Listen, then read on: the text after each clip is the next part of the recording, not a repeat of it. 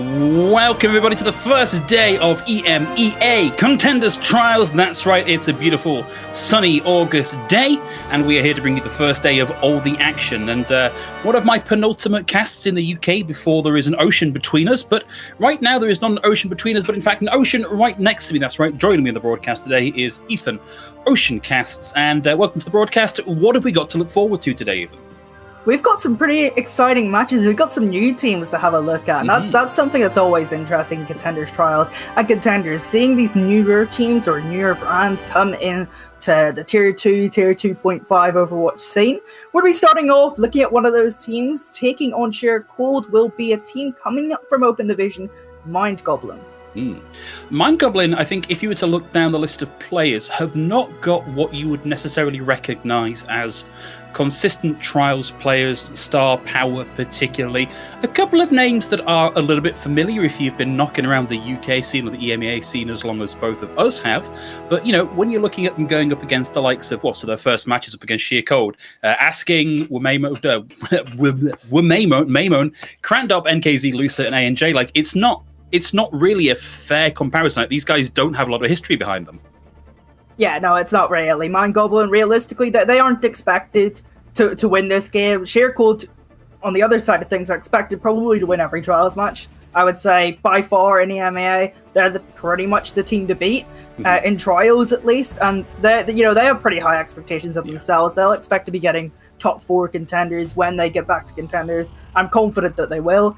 Mind Goblin, I mean, they've got some individuals that we might want to have a look at. I'm particularly quite fond of Melon, who's their main tank. I've been seeing them around Tier 3 scene for a while.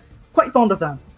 Yeah, and Streeball is another name that stands out to me particularly. Was part of the Busted roster in one of the collegiate leagues here in the UK, a team that a couple of years ago was really the team to beat for a little while there. So on an individual level, definitely some talented players here. And frankly, as much as people up in Contenders might want to meme on Open Division, you don't make it through Open Division and into Trials with a complete meme roster. You do have to have some solid players in there. So, we're not expecting this team to just get, Gold versus GM rolled out of the lobby, but it is going to be an uphill struggle because Sheer Cold, despite the fact that it's been a little bit of a roller coaster ride for Sheer Cold over the past year in terms of going up into Contenders, down to Trials, almost completely rebuilding the roster. Like they have a good system in place, they have good coaching in place, they are a consistently well-performing team. So it's going to be maybe a little bit of a painful first run here in Trials for Mind Goblin, but hopefully at the very least it will give them some useful lessons to learn for later on in the series.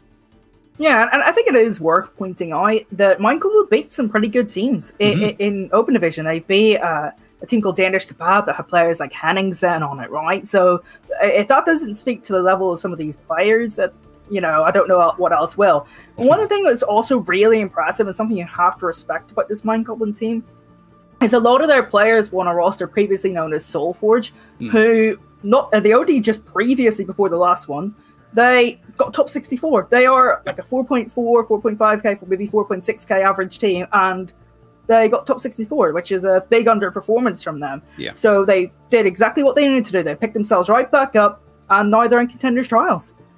Well, there you go. A small success story, if ever there was one. Looks like we have got our first map lined up. And, of course, as is natural for Overwatch at every level in every competition ever, we're going to be starting on Control, and we're going to be starting on Nepal first off. Now, Ethan, it has been a little while since the last Tier 2, Tier 3 competition that we saw, and things have moved on a little bit. We're playing on, I believe, patch 1.61, which, for those of you keeping track, was the patch that the crossplay system was introduced. Sadly, no console players in Trials this season, maybe next season, but what are we expecting to see here? What's the flavour du jour for Contenders Trials? So, I'm actually not 100% certain what we're going to see in EMEA. I think there are some unique teams, like not currently on display, that we're going to see. I think, of course, we have and O1. They'll be playing more of that crazy, chaotic, sort of one-trick team style. Here, I'm not too sure. EMEA has always been difficult for me to kind of know what they're going to play. We could see Wrecking Ball Sigma. That's something that I might want to see, some sort of poke comps, or we might just see standard Brawl. I'm not exactly sure what I'm going to see here. I mean, when you look at the tank lineup, if you look specifically for Sheer Cold, Crandop and NKZ, Crandop is one of these guys who's been kicking around the scene for a while now. And when you think like main tank player, you tend to think Reinhardt. And Crandop is one of those guys. I know for a fact he can flex onto a number of different roles in a number of different environments. But like, it's what comes to the top of my mind when I think about Crandop is the Reinhardt. So maybe not quite so much the Wrecking Ball. Is the current meta where a Reinhardt, let's not say specialist, because I think that's maybe not fair, but like someone who prefers the Reinhardt, are they going to find it a little bit more difficult to make this work in a meta where we maybe expect to see some more ball? Yeah, they would definitely find it a little bit more difficult. I'm not sure if Mind Goblin really had the tools to play a really strong Wrecking Ball composition or really strong poke composition to pressure that Reinhardt, or even play a really strong double bubble that would really threaten Crandop. So I don't think it'll matter in this matchup, but maybe further on up in Contenders, Reinhardts will definitely struggle against better Wrecking Ball players who will catch them on transition. And additionally, they might struggle against double bubble compositions that are really good at taking high ground. Okay, so interesting. We'll, I guess, have to wait until everything is loaded and running before we find out what exactly these two teams prefer to run. Obviously, we do have some game tape on Mind Goblin. Has been a little while since we saw Sheer Cold in play. In fact, the last season of Contenders and the last time we saw Sheer Cold do anything. In terms of DPS, we've sort of looked at the tank lineup, you're expecting a bit of Wrecking Ball, maybe a bit of Sigma. Looking at the Overwatch League, we've actually seen quite a lot of flexibility, and granted they have hero bans in place, but in terms of what is being run from a DPS perspective, you know, we're seeing Tracer, Hanzo, we've even seen some Genji, we're seeing some Sombra.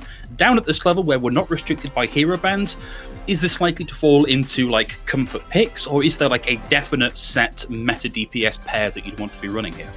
I'm not too sure. I feel like Hanzo is a pick that has been rising in popularity, particularly in the Overwatch League when Ashe is banned. Hanzo is just kind of the natural replacement pick for Ashe. But I could see a lot more teams playing Hanzo in Trials compared to previously they would play heroes like Ashe. I still think heroes like Tracer and Sombra are really, really good. McCree's always quite a good neutral pick if you really want to run that. And of course, if we see some rush comps, we might see some Reaper, some Mei, or some Symmetra, because we have seen some little trends of instead of Mei McCree brawl being played, Mei Symmetra has been quite popular recently. Well, looks like we are getting ready to jump into our first map of the day. And for those of you keeping track, that is, of course, Sheer Cold in the blue, Mind Goblin in the red, starting off here on Sanctum. And a map that I think gives you a lot of varieties in that tank line. We have seen a fair amount of Wrecking Ball, and Orisa Bunker comp might not be outside the realm of possibility, although we may possibly be getting a map remake here. That we may not end up on that. No, it looks like we might be going into Sanctum here after all. Awesome, right. It's always nice when, like, you know, you go in the game and then you get the exact same map again, so like you don't lose all of that context that you provided previously. And as we say that, I think we're going right back into it. There we go. Looks like we're about ready. Yeah, awesome. There we go.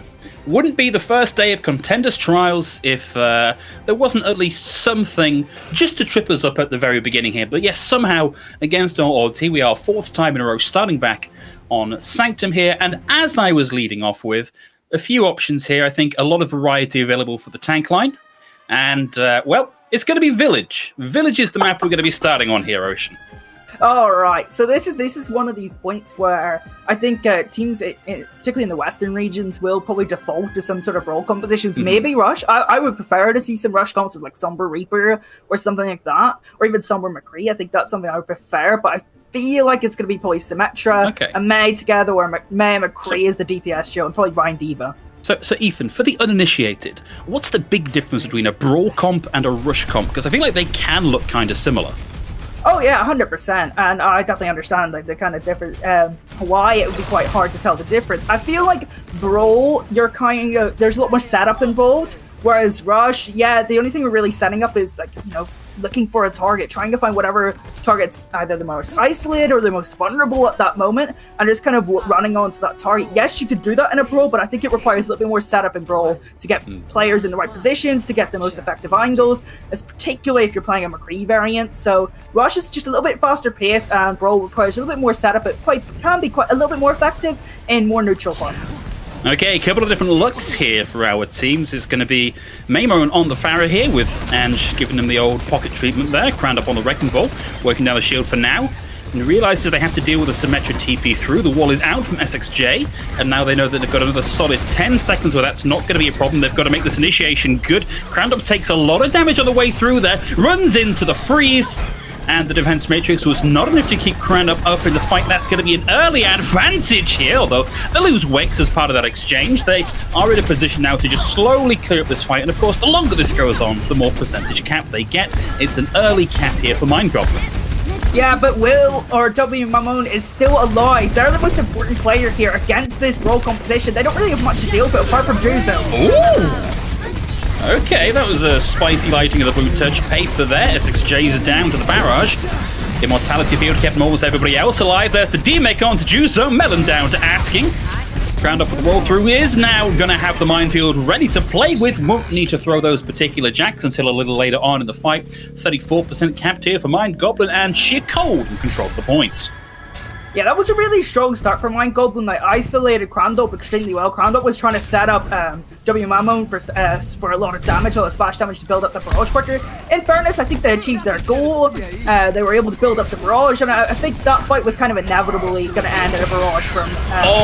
no! Teleporting right into the minefield. Looks like they managed to clear most of the mines before they were actually active and ready to go. Maymon has another barrage ready to go, and Wex walks right into the mine, and Cranup goes down. They've secured the flip here, but they are one player down in the fight, and they've still got to contend with a pulse bomb and with this barrage coming through. They are being pressured here from all angles. Immortality field is now out. Melon needed that to survive, and Waymon gets in the back, launches in the rocket. Good use of the defense matrix there from Jizo, but Waymon able to find one with the barrage, and the battered and bruised bodies of the Mind Goblin are now down and out. It's only a matter of time here before Sheer Cold. Having said that, Juzo and SXJ get a quick couple of picks here. Not only are they in charge of the point, they've racked up a serious amount of percentage here, and that did not work out for Sheer Cold. It was started off so good for Sheer Cold, but SXJ, the hero Blizzard, and then the wall that kind of stopped Lucer from being able to heal the rest of the team, just blocking off that line of sight. Awesome play from the May on Mind Goblin. They actually could take this round. Probably only one more team fight they really need to win.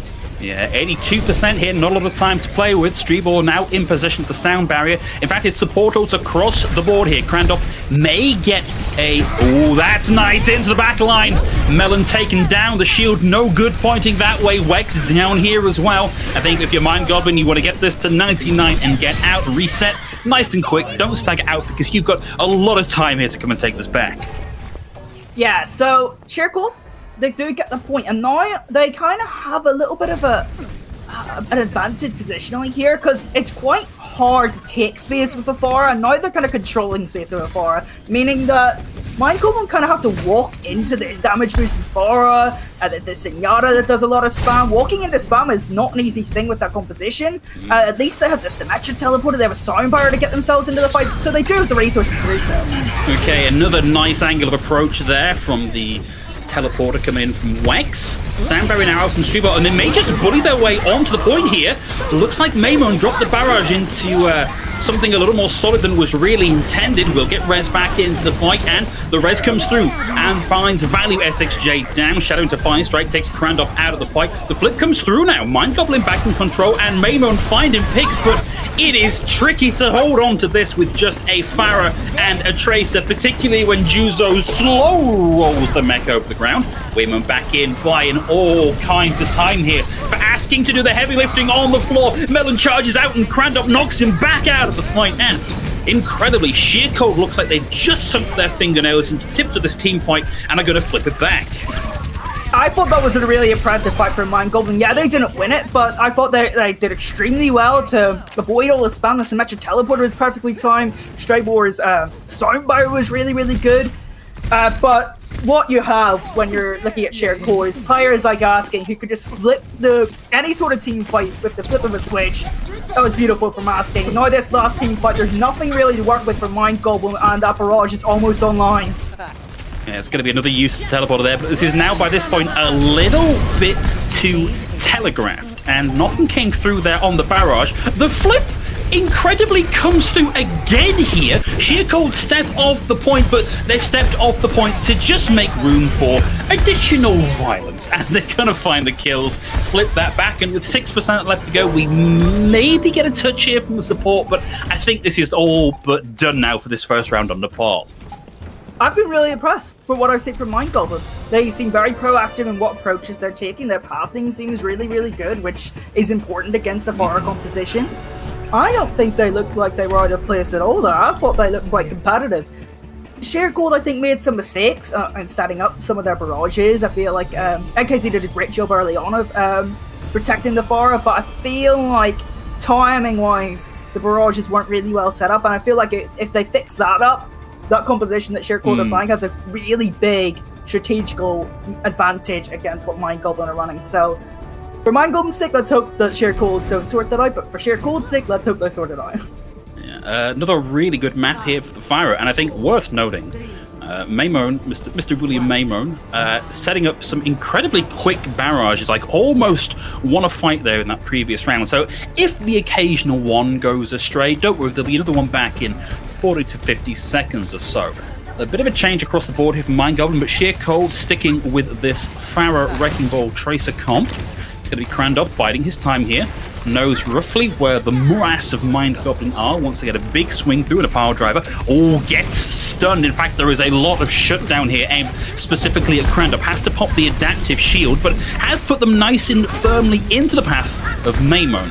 30% climbing on that. A lot of splash damage here, but now Mind Goblin have the positioning on the point. There's the dive from Juzo to try and take AMJ out of the fight, and all that does is make them a nice sitting target here for Maymone, secure the D-Mech. But Mind Goblin have got the early cap here. This composition from Sheer Cold doesn't really want to stick on the point if they can help it, and that means that they're occasionally going to be second into these fights, but they are slowly winning this one out. That's Wex and Streeball both down. We'll have the tank presence on the point, Melon down and back to spawn. SXJ finds Maymone, but this is another one that looks like it's a fight that is very much on its way out. SXJ committed the blizzard and I think died in the middle of the animation there. That's very unfortunate.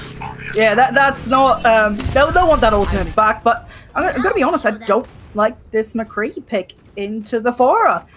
You know, you wouldn't really be thinking anyone would say that if a hit's gone into the Farah, usually would prefer that sort of option, but I think this Symmetra gives them so many more pathing opportunities, and pathing, in my opinion, is the most important thing against the Farah. Pathing and pacing, but I don't think the McCree offers that. Okay, that was very nearly Wex taken out of the fight, but able to find Maymone as that comes off. I don't know if A&J actually has the res here. Certainly pop the Valk. Wex forced to take a little bit of space here, and whilst they have... Or Sheer Cold are maybe giving a little bit too much respect to their opponents, or if Sheer Cold, you know, need to, you know, just be a little bit more active themselves early in a team fight, because they are giving a percentage on a lot of occasions. They just got to hope that over the course... Oh, big shatter. Melon's able to put one on the ground. That's NKZ taken out of the mech, pinned, and then destroyed. Maymon's able to find one, but will ultimately be punished themselves. I don't know that the amp... Okay. And that looked painful, buddy. Hot hammer to the face. Right, okay, and this is actually where I do like the McCree pick. When you have control of the point against this Farah, how is W Maymone meant to get into this fight, right? There's a Deadeye online, XXJ will probably be trying to pressure looser, so the tank line's going to struggle to try and set anything up, so honestly, this is a pretty good situation for Mind Goblin. Going to be starting off with an ambitious self-destruct there from NKZ. That's left ball, no particular pocket. Crown up to find one here as Johan goes down. Another barrage makes Maymone a little bit of a sitting target, but there's enough support there with the Mercy at the pocket that actually Maymone's not really in any trouble here. Gets a 3k and the D-Mech, and that's one for the highlight reel. I want to see Sheer Cold trying more of those ambitious ultimates, you know, playing a little bit more aggressive. I want to see them kind of disrespect Mind Goblin. I feel like they're giving them too much space, giving them too much credit. I feel like Sheer Cold are losing members as quickly as they're funneling back onto the point. Ange is down. It's 99% here for Sheer Cold. They must still finding picks as Melon goes down, asking who's back. Did commit the pulse bomb. Plays a bit of chin music there onto Wex, and Wex is sent back to the respawn queue. Users able to find asking, and this is an incredibly tradey fight, and despite everything Sheer Cold threw at it, Mind Goblin have the cap, and it's now last fight territory. Watch the barrage, watch the sound barrier. So those are the two ultimates to look out for on either side. Mamelon's barrage, stray forward sound barrier.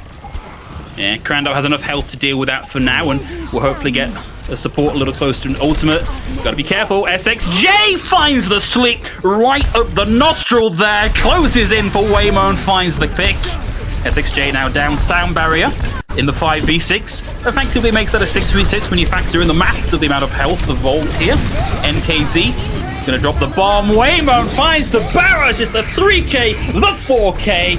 Juzo gets a parting blow with a bomb here, but I don't think it's gonna be enough for them to hold on to this one all that much longer. For now, Sheercold are winning the fight, but they are not in control of the point just yet. Mind Goblin may get a little more on the point. SXJ gets back in and finds a pick onto Asking. Streetball back in to keep this hippity hopping all the way to the candy shop around the point, and that's not gonna work either. Land the Shadow Melon forced away and off and out of the point, and that is it. Sheercold coming up tops here on the panel, but hey, for a team that we were looking at as maybe not being able to take it to a team like Sheercold, that was a heck of a performance here for Mind Goblin on the opening map. Yeah, very impressed from what I saw from Mind Goblin. But I actually want to talk about that last fight. That sleep from Lucer is so critical.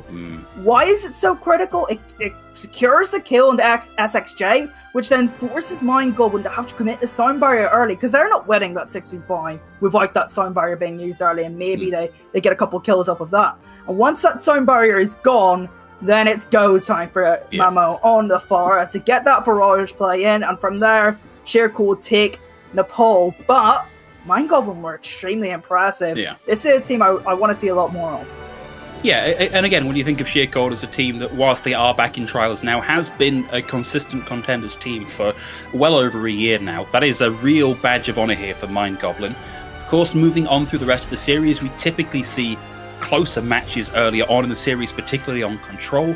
As we move on to more payload-oriented maps, it may be a little bit trickier for Mind Goblin to find quite the same level of success, although let's not count them out of that just yet. We do, of course, have a best of three, first to three series here today, so that's only 1 point on the board for Sheercold. 2 more opportunities at the very least for Mind Goblin to make their mark. What do you think particularly of the compositions that Mind Goblin were running? Because it seems almost like a year and a half behind what we're seeing from Sheercold in terms of what you would maybe expect to be run. Yeah, Mind Goblin just seemed more comfortable on Brawl Pumps, in my personal opinion. I feel like that's just their comfort pick. And I mean, they played it very well. Their pathing on Village was extremely impressive. They were able to just kind of nullify that Pharah with how fast they were playing. I was really impressed with that. Should they try some of these poke compositions that Sheercold are running? Maybe, but I'm not sure that would be in their comfort zone. And I don't think it's wise for a team, that's kind of playing up to Sheercold's level to change things up. I think that was a pretty strong map from them. Sheercold are gonna beat them in any sort of poke mirror. So trying something you're comfortable with and trying to try something a little bit different, I like that idea. I guess the difficulty of running a Brawl comp or a Rush comp into something like what Sheercold are running is that the Brawl kind of wants to get in, surround you, contain you, and take you out of the fight. Who do you do that to? Who do you do that to on what Sheercold are like? You can't bully the Pharah. The Wrecking Ball is just going to speed out of the way. Actually, Anne's just doing a really good job of playing the Anna in off angles in places where they couldn't easily be reached by a Brawl.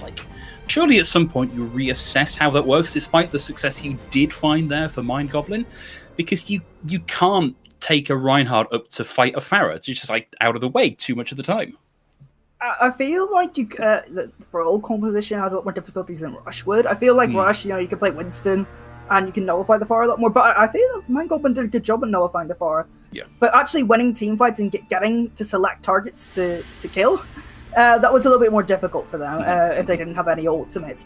And I do think Sheercold were playing their flex supports extremely well, playing them out of position, because against Rush compositions, if your flex support is out of position, they're dead. There's no other question about it. So pretty good play from the support line of Sheercold.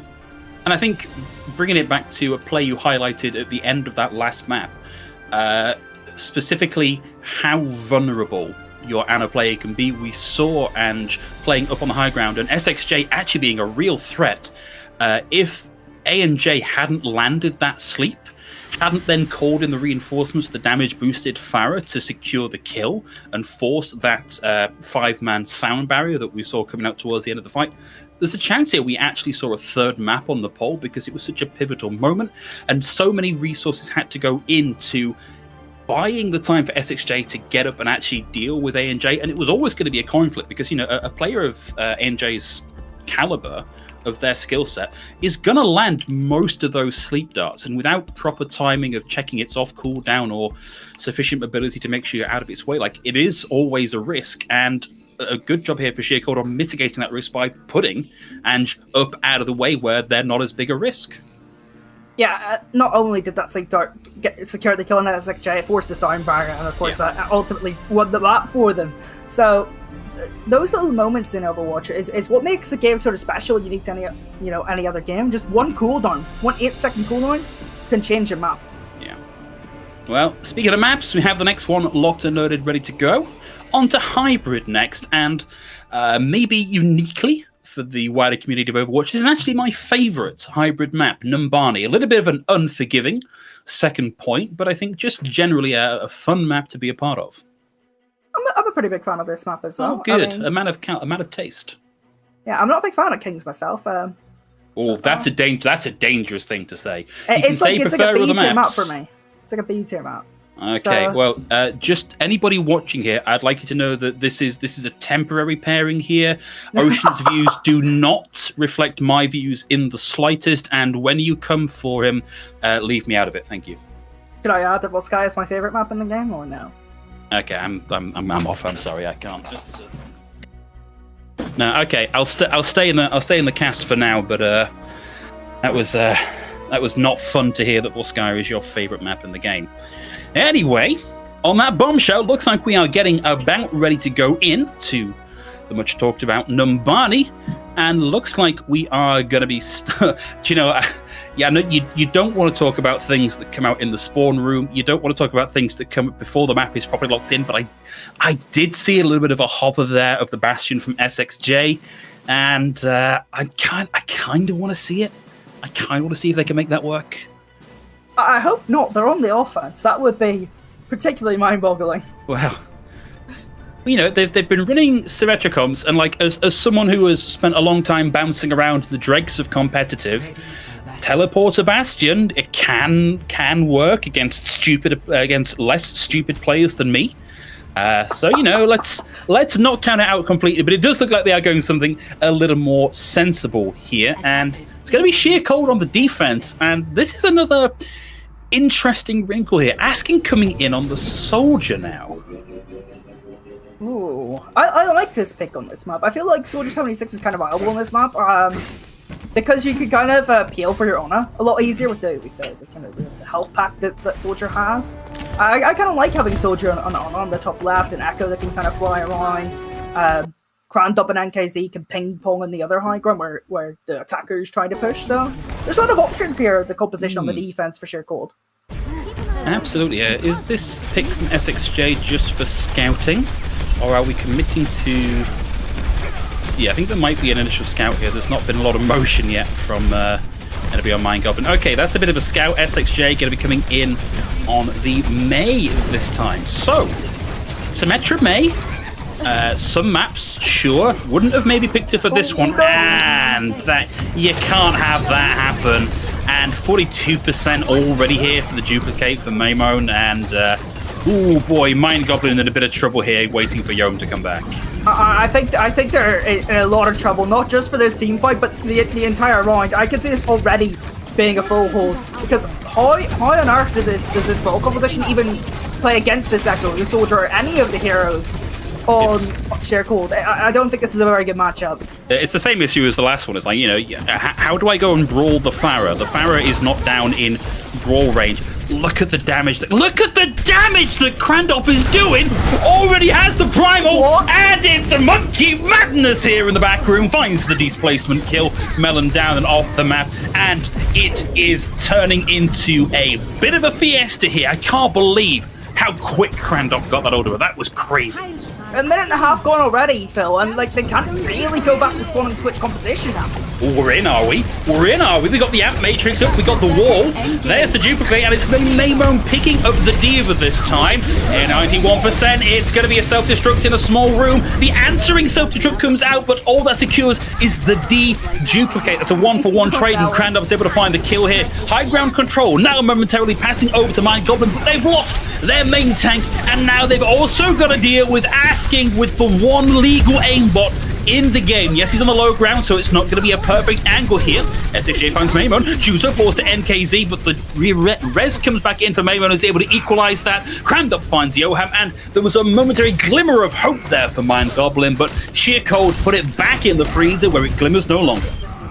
Right, okay. I mean, there's a couple things to kind of digest here. One, the composition from the offensive Mind Goblin is not going to work here. They've got to make some changes. SXJ going to the Tracer, I think, is one adaptation that you can make, but I don't see how Melon's Reinhardt pick's going to work here. I think Melon's a very good Reinhardt player, but I don't think any Reinhardt player can really play into this. I think Crandop's going to get massive value from this nano-based early team fight. Maymone's going to have another duplicate, and there's only 1 minute on the clock left. Okay, I'm going to start things off here with the Photon Barrier. Mike's finds an early kick. Asking's out of the fight. Sound Barrier lands, but a little bit too late here to save Melon. And Crandop is at 1,000 HP and has arms flailing. Combos there with the Helix Rocket to take your arm out of the fight. Juice is able to find one with the self-destruct, but it is, by any definition of the saying, too little, too late. SXJ's down, and we are down now below the 1 minute marker. And what does the offense have to win this team fight? SXJ is going to have to somehow stick looser with a pulse bomb, which means the nano boost won't be online. But even still, Mamone's going to have a duplicate. Asking's going to have a tack visor on this top left high ground that's going to be relatively uncontested unless Juzo or Strayborg can use enough resources to get up there. It's not looking good for Mind Goblin. Okay, we've got a Shatter, we've got a pulse bomb, we've got the Amp Matrix. Crandop's taking a nap here, kept alive. I believe we got the duplicate there from Maymone, finds the pick onto Melon, and Crandop ready to go full ham sandwich here yet again, finds the pick onto Juzo. Will receive the flashbang, but 1,000 HP, even with a Peacekeeper, is difficult to delete from the map. Wex the last to fall, and it is a full hold, not a single tiddly tick of progress here for Mind Goblin. I'm not very surprised by that. I'm gonna be honest. I feel like as soon as we saw Yoham go down about 20 seconds into the round, that was kind of inevitable. I didn't really see Mind Goblin switching their composition up. I think Sheer Cold had a significant matchup advantage. And the Bonnie point A is hard enough, right? The distance from the spawn to point A is like, what, 30 seconds to even set up a team point? That was always going to be difficult for Mind Goblin, but now it kind of brings back the question of why did they select this map? It doesn't really seem to play into their strengths at all. No, of all of the hybrid maps, you want... all the hybrid maps, if you've got a player who is most comfortable on the Reinhardt, you don't pick the hybrid map in which point A is such a coliseum, right? There is so much high ground here. There is so much room for the defense to outmaneuver you and get out of the way, and you're stuck on the 7-foot-tall German robo-suited man with 0 hops who can't get up onto the high ground. Like, it is a recipe for disaster. I like what they've got here on the defense a little more here. I think this is a little more solid, but it does run some of the same issues in terms of mobility coming into this fight. Maybe they were more comfortable in their defense and they thought that Sheer Cold would elect to attack first because they won the previous map, and teams like to try and keep their momentum. But I feel like Sheer Cold choosing to defend first might I've just already won them this map before it started. Yeah, I think the ult discipline and the experience that Sheer Cold have means that they can play the game of let's just wait until we've got 6 ults and then we'll just all press Q at the same time and go for it. Speaking of ults, Lusa already 40%, 50% of the way to a nano boost. SXJ now going mano a mano with Maymone, and this is just all falling over like so many soggy cards in the world's saddest house of cards here. It is just going to be Melon left alive, the one sole Orisa. Wex being chased out here as well, and that is it, over in the blink of an eye. Sheer Cold moving into match point. Would it be harsh of me to say that defense was a bit like the UK at Eurovision? Like, there was nothing. Nobody there. They voted just for showed it. Up. Yeah, no one really showed up. They just kind of were there. Yeah, they just existed. Yeah, it was a little bit sad. It was a little bit limp. The offense similarly so, and you don't want to spend too much time harping on about one team being better than another, about one team being a bad team or a good team. But the point is that match took 5 minutes. That match took one failed defense and one failed offense, and that was it and done. Mind Goblins really need to rethink the way they are tackling this, because right now, Sheer Cold have the cheat sheet here for Mind Goblins. They know all the answers, and Mind Goblins are left scratching their minds in vain, scrabbling for purchase. They've got one more chance here to get a point on the board, and if that's it, well, I'm afraid that is going to be one in the loss column for Mind Goblins in this 6-match round robin. Yeah, I'm really questioning the map pick there. I feel like if you want to go and play your Brawl compositions, like King's Row is available. Yeah. Even pick Point A of Hollywood. It's kind of nice to Point C of Hollywood as well, or even Blizzard World, right? Those are better options for me. Yeah, arguably they picked the worst map for that. So hopefully they've learned the lesson from that one. Hopefully they know not to pick a map that plays directly against how they themselves would like to play that map. But before we find out whether or not they can make the correct decision on this one, we are going to throw it to a quick break. We'll be back after this.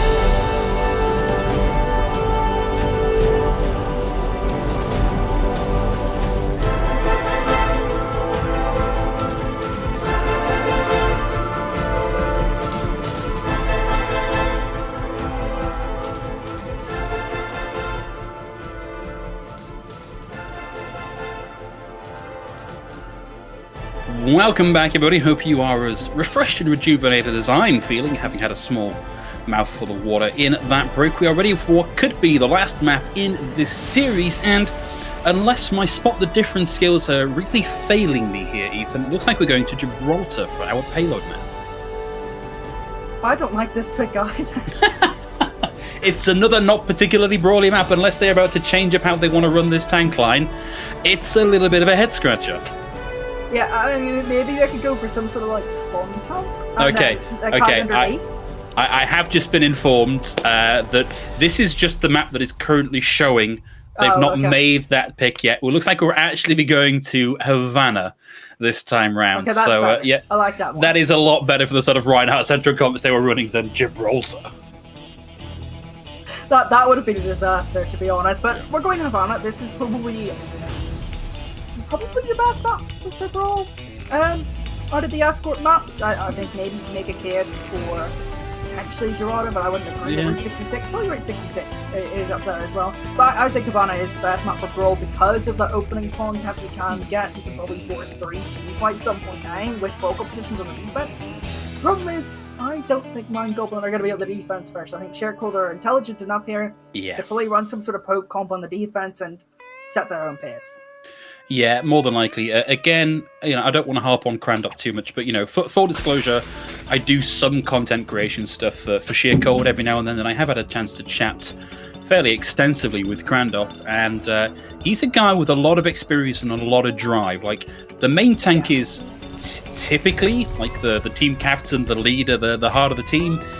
This guy knows how to set the tempo. He knows how to lead a team forward like this in this kind of poke defense. Like, you are not going to be able to out-tempo Sharecode unless you have a significant lead on them. So I still think, even with Mind Goblin having picked a slightly better map this time for what they want to run, it is going to be a tricky one for them. Yeah, I think absolutely. I think what kind of favoured them on Control is both teams are kind of attacking at the same time. Whereas here, sorry, something fell in the background there. But whereas here on Hybrid and Escort, they've got to attack into a Sharecode defense. And I think it's quite simple for Sharecode to set the tempo on their defenses, as particularly when Mind Goblin are running these sort of local positions, and they're quite telegraphed in that. And actually, just to reiterate on Crandop, Crandop has impressed me so much this year. I thought Crandop last year was individually quite good on a pretty disappointing Uprising Academy team until the end of the year. But Crandop this year has been absolutely immense. Yeah, I think a lot of the problem for Crandop was that he was operating at ping. So playing for an NA team, typically on 100 plus ping, and that led to a very strange sleep schedule as well. And so it's not the best environment to be working in, unless... So I think really what they were hoping for was that Crandop would be able to move out to America and properly perform for Uprising Academy, and then, the world went to several shades of words I'm not allowed to say on broadcast, and that never happened. So it's great to see that he's landed properly on his feet with Sharecode, and he's been given an opportunity to shine to the best of his abilities. And I hear the telltale click in the background. Seems like we are getting ready to load into our next map. Mind Goblin singular, no plural allowed. Mind Goblin versus Sharecode on Havana. Let's see what they can do on this potential last map of the series. Yeah, this is going to be interesting, and no surprise, Sharecode have elected to defend first, right? Not good news for Mind Goblin, but we'll see what they can do. And actually, just to reiterate on the tank run of Sharecode, I want to talk about NKZ as well, and how they've impressed me this year. At the start of the year, NKZ was on 4th Dimension. I remember he played in the Will English Invitational, got into the finals, but I was quite underwhelmed by NKZ in that tournament in particular. They played against Shoes Money Crew in the grand finals. They played against 5th Dimension, the sort of academy team in the losers finals, and I thought NKZ was quite poor in that tournament.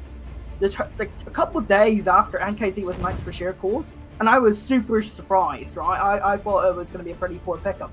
Tell you what, NKZ, since being on Sharecode, has been immense. There was a series that they almost knocked British Hurricane into Contenders Trials, where NKZ, I think, had like 3 or 4 ultimates, and it was on fire.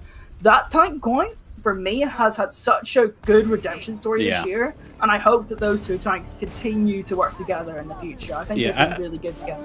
And I think it speaks a lot to the broader systems that Sharecode have in place, that they can take players they can identify players who maybe haven't had the best run, and, really put the polish on them to bring them up to snuff. So, starting with the defense, Asking managed to get a bit of a dink there onto Juzo, and a second one. Halt into Rock, and we teleport away just before that hurts. See them pathing on the left-hand side here. There's going to be double shield now for Sheer Cold. So we've got to find a way for Mind Goblin to get past those shields and start to do some damage. But they elect not to take that left-hand path and instead look like they might just ride the payload up into brawl distance. Yeah, I think they might eventually go into like that right-hand room and try to teleport to the high ground or something similar. Yeah, I think that's exactly what they're opting for now. Okay, well, let's see if they can make that work. Getting on top of Asking would be a good pick here. Maybe slightly less favourable to get on top of Maymone, as there's a lot of damage coming through. And wasn't able to delete the teleport. It did a lot of damage to it and got a little bit cocky there. SXJ lands the Icicle, and Maymone is the one coming up looking cold on that one. They've found the advantage here, and the pressure is on from Mind Goblin. Askin playing on the low ground is asking for trouble as he gets within hammer range, and this has been a real push here by Mind Goblin. I think the sensible idea for Maymone was to run. They didn't elect for that, and now Sheer Cold are in a pretty difficult position where they have to kind of walk into this main, this Symmetra. But I think they could just about do it with Crandall coming back. 500 kilos of hamster straight into SXJ's dome. And look at this, Sheer Cold just go, no, of course, sorry, that was the wrong comp entirely. Turn it on its head, out they come, they win the team fight, 4 meters away from the payload being camped.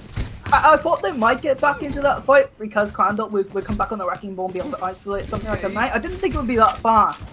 I probably should have transitioned there, but I think it speaks volumes as to how good Sheer Cold are coming back into team fights. They did it on the pole and they came back into that team fight absolutely beautifully. Okay, Maymone spots the rotation. They're able to dodge the dragon. At the very least, it slows them down and momentarily splits them. Mortality field committed by Yom as well.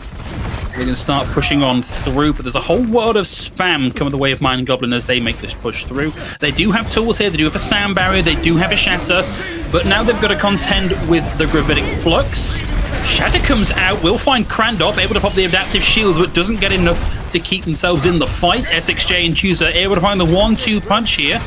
And what looked like a solidification here of the hold here for Sheer Cold has instead become a full-on rout.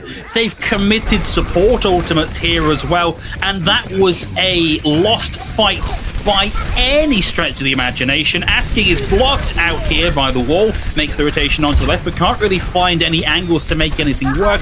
Crandop is focused down by Wex through the amplification matrix, and Mind Goblin pushes through into the distillery.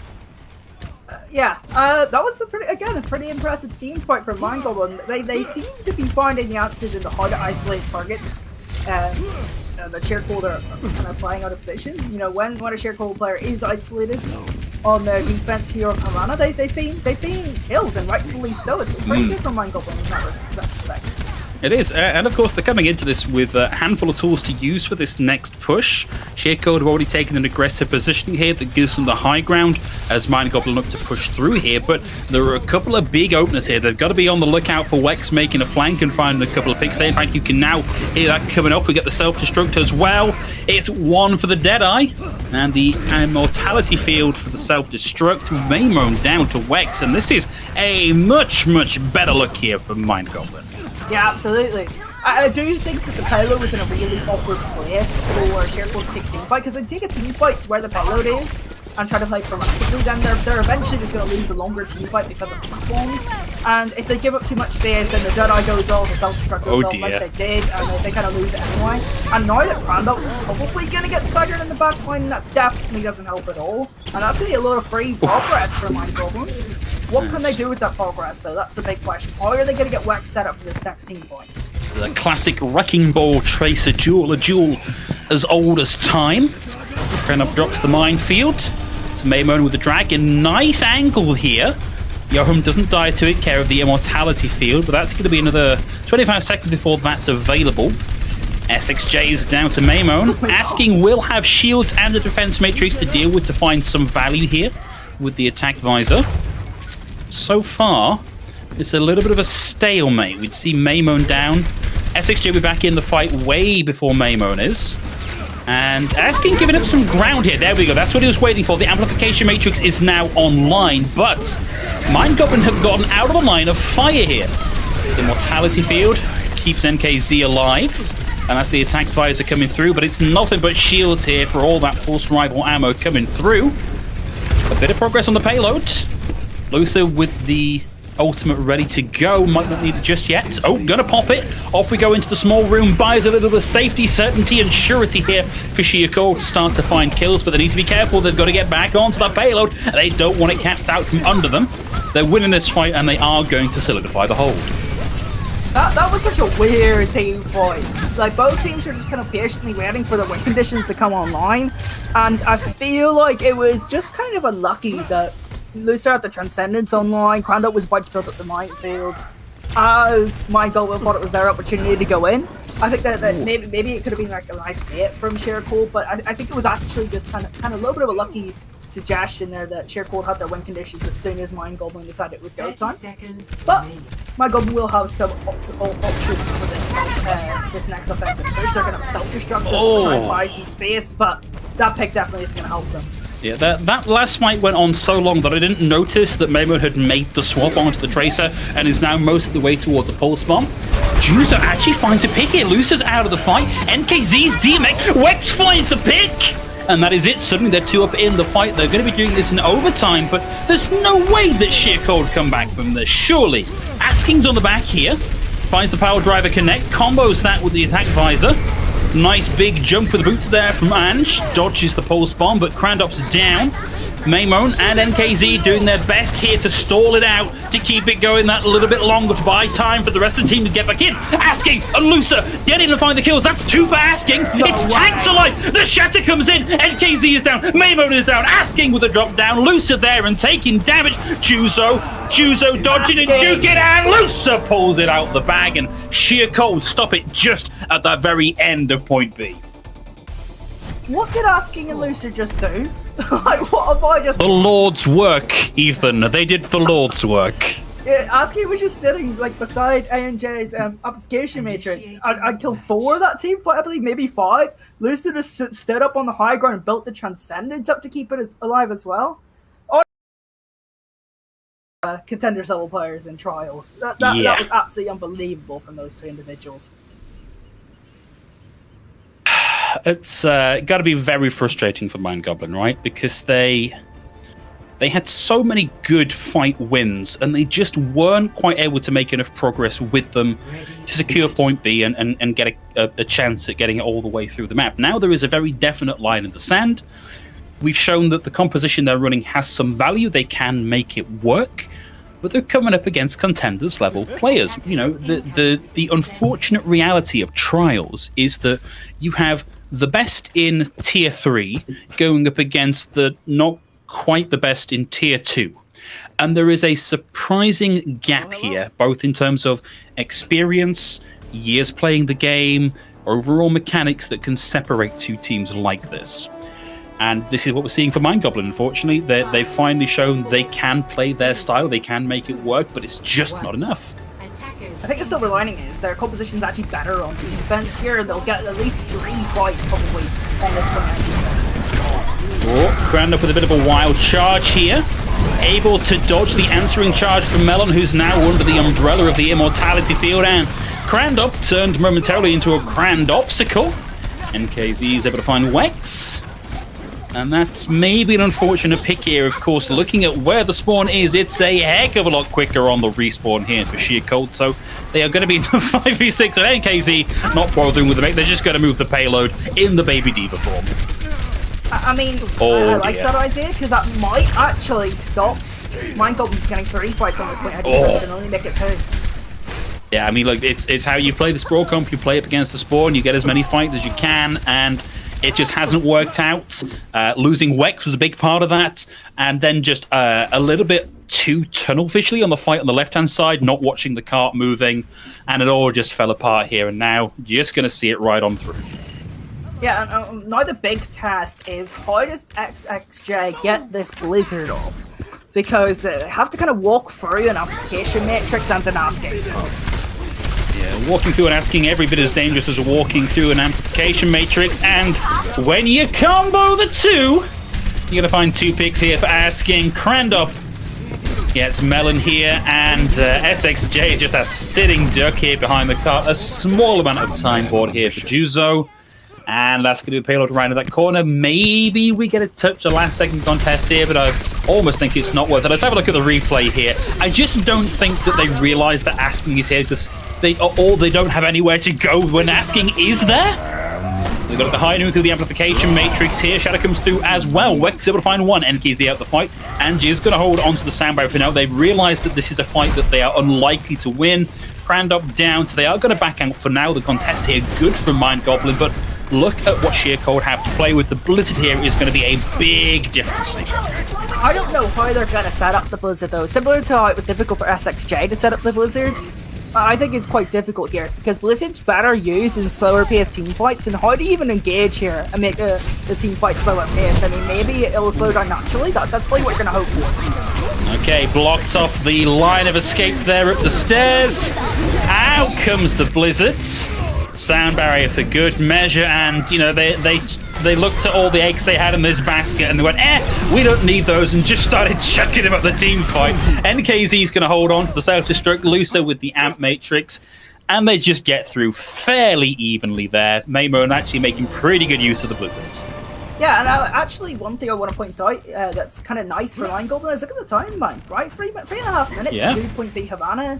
It isn't exactly a given. I think that the fact that they got 3 team fights on point A because of the spawn camp and their composition is actually quite nice for them. A little bit of a silver line. That's a good pick. Nice use of the hot hammer there from Melon, Asking down. Shatter ready, now just has to dodge Crandop, shield the big stun and the self-destruct all the way from home plate there for NKZ, finds the double, and this is now Sheer Cold's fight for the taking. This is going to guarantee them a lot of cart push, a lot of cart progress. It's just going to be Streetboard trying to keep this alive, and unfortunately not that much longer, and this is how confident NKZ is. I believe we are played a game on top of the payload there. Asking with the zoning tack visor. Not a lot of damage, but just momentarily slows the roll. Buys some time for the rest of Sheer Cold to really stuff up this main entrance, shows them that there is nowhere safe to go. You can see on the wireframe there, NKZ finally opting to get out of the emote, but has not been involved in this team fight for some time. Beautiful barrier, but an even better high noon there. Wex able to find 2. Wex down themselves. We're actually going to see Mind Goblin make the push through here, and I think that was honestly a classic case of Sheer Cold being a little bit too cocky there. NKZ sat on the cart way too long. Should have been helping out. Yeah, 100% on that case. Yeah, they were a little bit overconfident, but I think they were also trying to force the team fight in that small room to make it easier for their Blizzard to be used. And it didn't quite work out because Wex just went on a flank with, I think, Melon even, and got the Deadeye off, and that really screwed over Sheer Cold. It did, and Sheer Cold, currently without an ultimate to the name. NKZ takes a whole world of damage there through the amplification matrix. Sound barrier comes through. I believe the shatter landed, but it doesn't really matter. The fight was kind of won at that point anyway. With 1 minute 40 seconds left to go on the clock here for Sheer Cold, you're probably quite happy with a fight that gets so many ults out of Mind Goblin, but they still don't have that much to work with themselves. Yeah, both teams really don't have much to work with. Melon had a nice shatter in the previous fight. They would not worry about looking at now, but I have some questions about how that shatter hit Lusa there, because I swear that went through the wall. Yeah, 100%. But there is a win condition you might not be seeing on the screen. That win condition is Asking. Okay, well, Asking with the attack visor, nothing out of that one. Let's try Wex with an aimbot of their own. So aimbot for aimbot, nothing for nothing. Asking with a healer's rocket finds SXJ, I believe. We're seeing a player advantage here. Crandop gets the squisharoo on Melon, turns him into jam. Asking firing the wrong way through an amplification matrix there. Doesn't need the boost. Just look at the tracking on this guy. Lands the Helix rocket. Like, honestly, like we're talking about pickups for Sheer Cold. Asking has been such a good pickup for Sheer Cold here. Really making the difference. Asking's just so darn good at the video game. He is very good at the video game. SXJ so good, gets it online, gets the final icicle in and lands the Blizzard. Juzo's back on the ball, Wex back on the Doomfist. They find a couple of picks here, but they are still down in the fight. The terrible reality, the algebra of this team fight means that X is greater than Y. Y being the players left alive for Mind Goblin, X being those for Sheer Cold, and it's only a matter of time before we all hit the equals button on our calculator and come up with the final sum. That's 3 maps for Sheer Cold and a win in the first of 6 matches in the Contenders Trials round robin. told from Circle that they secured the 3-0 Mind Goblin as well. Pretty impressive. Oh, yeah. Usually, I'm not this sort of positive like that. Usually there's something for me to kind of delve deep into and kind of look at as a criticism of both teams. But I think both teams give a good account of themselves. I thought that Circle maybe experimented a little bit too much with different sort of engagements. But you know, you're allowed to experiment in these sort of matches, especially when you're probably going to be going back to Contenders anyways, and that'll be helpful knowledge for you. And Mind Goblin, they give a good account of themselves against a really strong team, so they do. Nothing to complain about. Yeah, I think we were maybe a little bit hasty when we started off this assessment to say, oh, you know, Mind Goblin, well, at the very least, it'll be a good learning experience for them, if nothing else. Actually acquitted themselves very, very well here. I'll be looking forward to seeing what they can do over the rest of the week when they are not playing against the team that's arguably the favourite to leave Contenders Trials and head up into Contenders proper. Like, hopefully we can see them actually start to put some map wins on the board. I feel like it's only a matter of time. Yeah, I feel like they'll have a really good matchup against another multiverse. I think they'll probably have a good chance of winning that one, despite having less experienced players in Trials compared to them. I think against the one-trick team, so to speak, against and O1, they might struggle just because of the style of play they play. Yeah, they might struggle in those matchups. I thought you were getting ready to say, oh yeah, they'll beat the one-trick team easy. It's like my guy, a difficult one-trick team. Yeah, no, I think they'll struggle in those matchups just because of the composition they play. Right, well, that is going to be match number 1 done and dusted for the first day of Contenders Trials, but it's not over by a long stretch. We do have another one coming your way in the not-too-distant future, but whilst we get that loaded up for you and sorted out, we're going to throw it to a short break, and we're back with more action after this.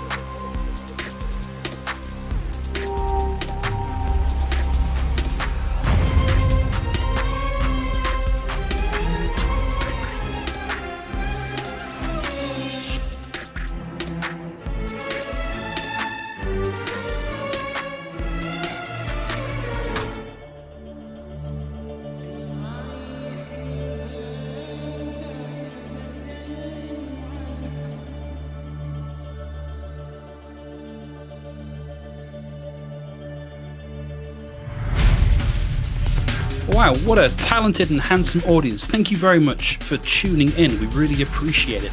Here we are with the second of today's EMEA games, and this time it's Oh Yeah versus another multiverse. And, you know, those of you that have been following the scene a little while might look at Oh Yeah and go, I'm sure I've seen this roster before under a different name. Yes, you probably have.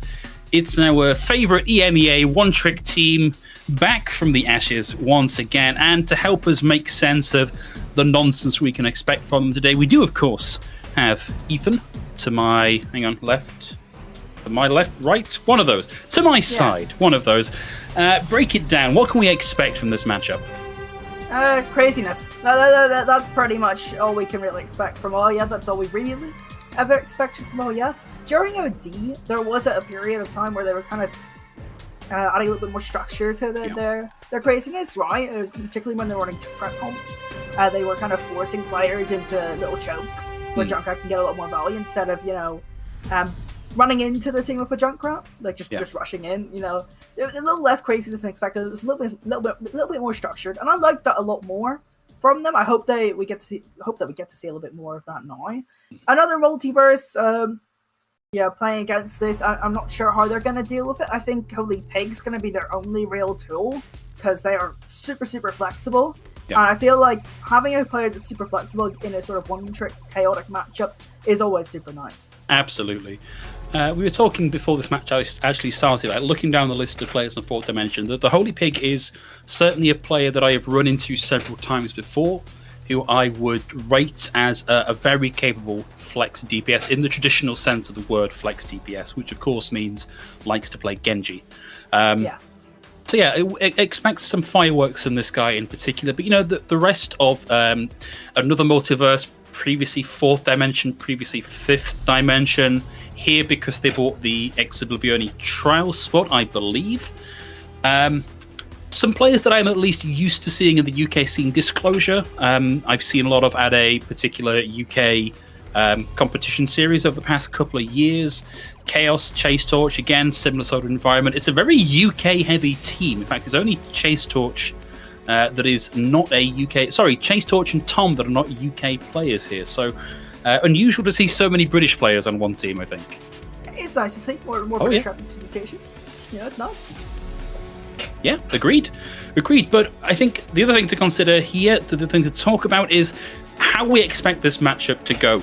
And in some ways, it mirrors the previous match where we've got one team with a huge pedigree, with a lot of experience of working together as a team, who have previously been up in Contenders proper, but now down in Trials, against a team of relative newcomers. So as we move into our first map, that is of course going to be Nepal for today, our control map to start with, you've got to fairly heavily favour Oh Yeah in this matchup.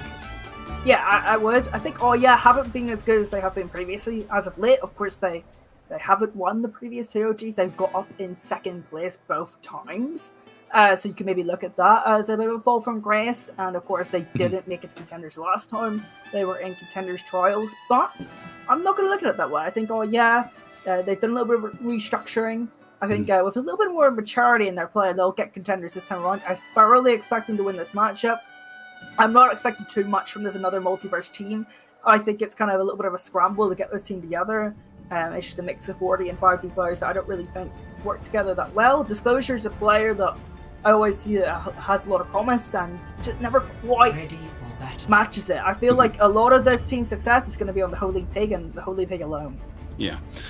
So, those of you looking at the lineup on the left-hand side here for Oh Yeah might be looking at this and wondering exactly what is going on when we actually get into game, because we have some confusion here about exactly who is who, right? It is an ongoing thing here with Oh Yeah in the various iterations to not play under their standard username, making it very difficult to cast their game. I know for a fact that Chasm is Ball, and you'll be able to see the fact that that will be all they play this run through. After that, I get a little bit lost, to be honest, Ethan. It's okay, so Chasm is Ball. I'm special. I think that Necros is Isaac. I think. You think? It would make sense. Sure. I think that PvPX is Kaya, and I think Kaya, not Kaiser. Yeah, I think it's Kaya. Okay. And well, it could be Kaiser. I don't know. It's one of the two. And Coolboy is Humpy. So that's what we know so far on the little name swaps. Yeah, you'll be happy to know that I have gone and shouted at the team manager, Jada, over on Twitter, and she has apologized for the fact that the team seem to not want to play under their own usernames. So, you know, it's something. It's better than nothing. We'll do our best to keep on top of who is who. But yes, it's not the real PvP. It is, I don't think... Wait, did we decide if this is the real Necros? Where did we land on that one? No. I think it's Isaac. I think it's Isaac. Okay. Again, we're as confused as you guys are, because there is... Necros is listed as a sub. So, maybe. Maybe, who knows? Yeah. Not sure whatsoever. No. And, you know, we can already see that are running something that we typically expect of them. Just whatever picks they kind of want to run. Of course, Chasm's traditionally going to stick to Bull. Alves is probably going to stick to Baptiste. Yeah. And another multiverse, they're going to play something pretty mobile apart from the Honor, so this could be pretty favorable for them. I feel like it's quite hard to isolate certain targets on their team. Although I think Disclosure is going to have it pretty rough this game. Yeah, that was a very early immortality field there from Abs. Ball takes a lot of damage on the way through, and it's Ball v Ball. Chase Torch has a lot to live up to here, going against... Ooh, well. Ball's going to be hacked. Down to half HP, being heavily pressured here, and Chase Torch almost doubled the amount of ult charge gained there. The Holy Pig on the Pharah here, against the ground Pharah, the worst Pharah as it were. The Chasm's able to find the first pick. The boy manages to land the sleep there, but then also takes the rocket to the dome out of the fight. Disclosure down here as well, and as expected, Ethan, this is pure chaos, and it is very hard to follow. It also really doesn't help that we're on Control as well, a naturally chaotic game mode with a naturally chaotic team, with you know, the Holy Pig on the forward, getting a lot of resources, trying to find a target. Of course, this is going to be a little bit of a mess, but we're going to try to dissect this Chasm. It's probably going to be the Wicked Edition in this next team fight, trying to get onto the Disclosure in the backline. Also, will have a minefield to do so. Yeah, despite an early deficit and ult charge between Chase Torch and Chasm. Chasm now, Ball as it were, approaching that minefield. A good space denial tool should another multiverse decide to actually start to pressure the point. There's going to be Ball retreating just to try and pressure out Tom, who over a minute into the game is only halfway towards this EMP. Oh yeah, still in charge. We get the nano boost, but Holy Pig has to be careful here, has to dodge that amplification matrix. Not to find too much there with that one. Only finds the immortality field, but the rest of the team around that have managed to do a lot of the heavy lifting. Necros there to find Crispy, but PvP down. Chase Torch holding on to the mines, not really healthy enough to commit them. Chaos buys some space here with the self-destruct, and we may very shortly see the flip coming through. Hampy down and out on the way through, and there's the flip. Yeah, I think that was that Nano with the Holy Pig with the barrage was mainly just to get out a ton of resources. Of course, you would like sudden kills, but it did get all the resources they needed. Everyone else was able to get a build up and engage into the team fight. And now here comes the Riptide, probably looking for the Pharah. Probably looking for whoever they can get, frankly. Up onto the high ground, will find the Pharah, and at the same time, out comes the Weep Stick. Looking for the slice, won't find it. That means Crispy is still in this fight, and I believe still has the res online, but probably not worth committing it here. Goes full bloodthirsty support and finds Necros with the Caduceus Blaster. Tom down here as well. Not a clean team fight win for either team here, but eventually it will be PvP doing a lot of the lifting here for Oye to come in and secure the flip. What is absolutely catastrophic for another multiverse is they don't have an EMP here. And the fact that they don't have that EMP means how are you going to shut down the sound barrier engagement, how are you going to shut down a special on the Zarya, who's a Graviton Surge, who could probably just really walk into your backline and set up either Necros, Chasm, or PvPX. This is not looking good for another multiverse. Yeah, well, there's the sound barrier. It's going to be an aggressive one. Lots of HP available now for I'm Special without a huge amount of charge. Will maybe struggle to find the kill. No, actually with a bit of help there from the damage from the grab itself. Takes the Holy Pig out of the fight, and that's done and dusted here on the first round of Nepal on Nepal Village. Chaos demeched and out of the fight. Overtime ticking down, and 1-0 on the board here on Nepal. I think that was mainly one in the team fight where Tom didn't get a clean EMP off, and the Riptire caught the Fara, and Necros got value with the Dragon Blade in the back on Disclosure. I feel like they were a little bit more patient, played a little bit deeper another multiverse, and were able to set up an EMP. None of those kind of starter picks really happen, and then they can take an EMP team fight, or even maybe just use the EMP on the Chasm and take a pick for themselves. I feel like that team fight was the most important one in the round, and they were pretty disappointing in that team fight. Looks like they're going to be moving compositions a little bit here for another multiverse. I think Chasm maybe rattled Chase Torch a bit there, doesn't want to go for the ball v ball matchup, and honestly, when you're playing against a Wrecking Ball for whom Overwatch League players go to for inspiration, you can understand why you maybe don't want to take that 1v1. Nice wide high view of the point here, and a little bit slower out the gate here for another multiverse, and a lot of capacity to get in on top of this very static tank. Chase Torch has to duck into the waiting umbrella of that Immortality field, which is now off the table.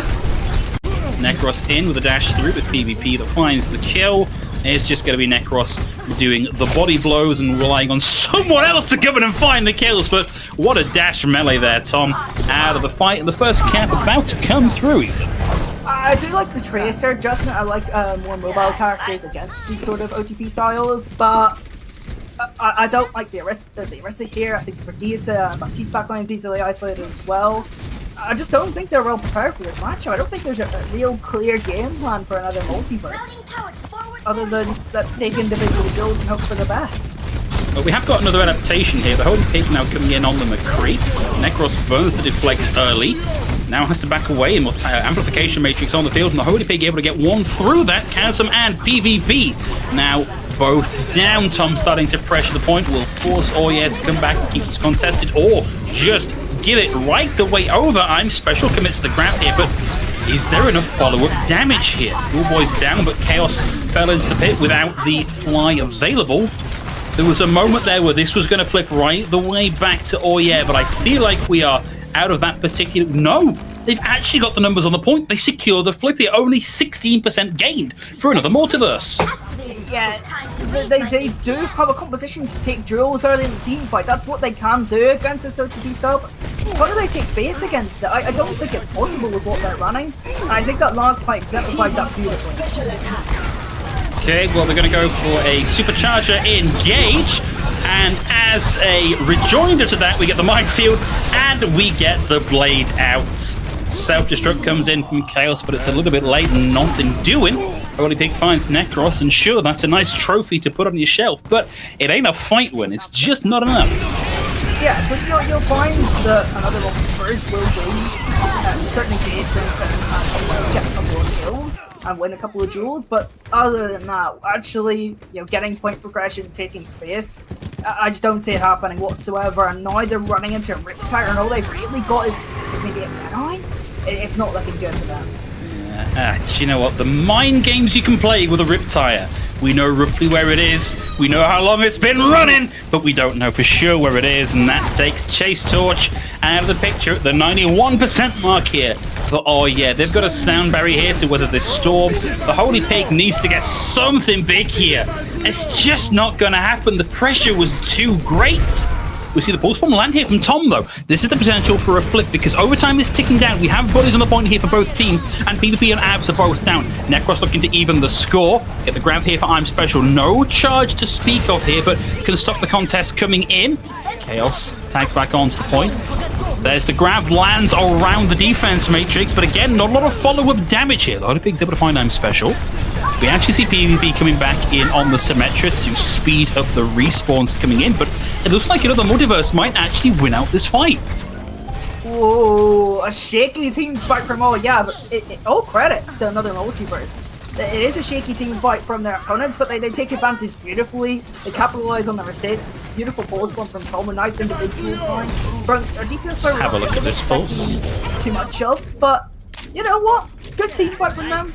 Yeah. They realized the mistakes of Onya and they capitalized on it beautifully. Okay, a couple of swaps. PvP back onto the Junkrat. No surprises there, but oh boy, aka Hampy now coming in on the break. Chaos engages with the self-destruct, doesn't find anything. And Casper's going to go down there. Actually commits the minefield, so...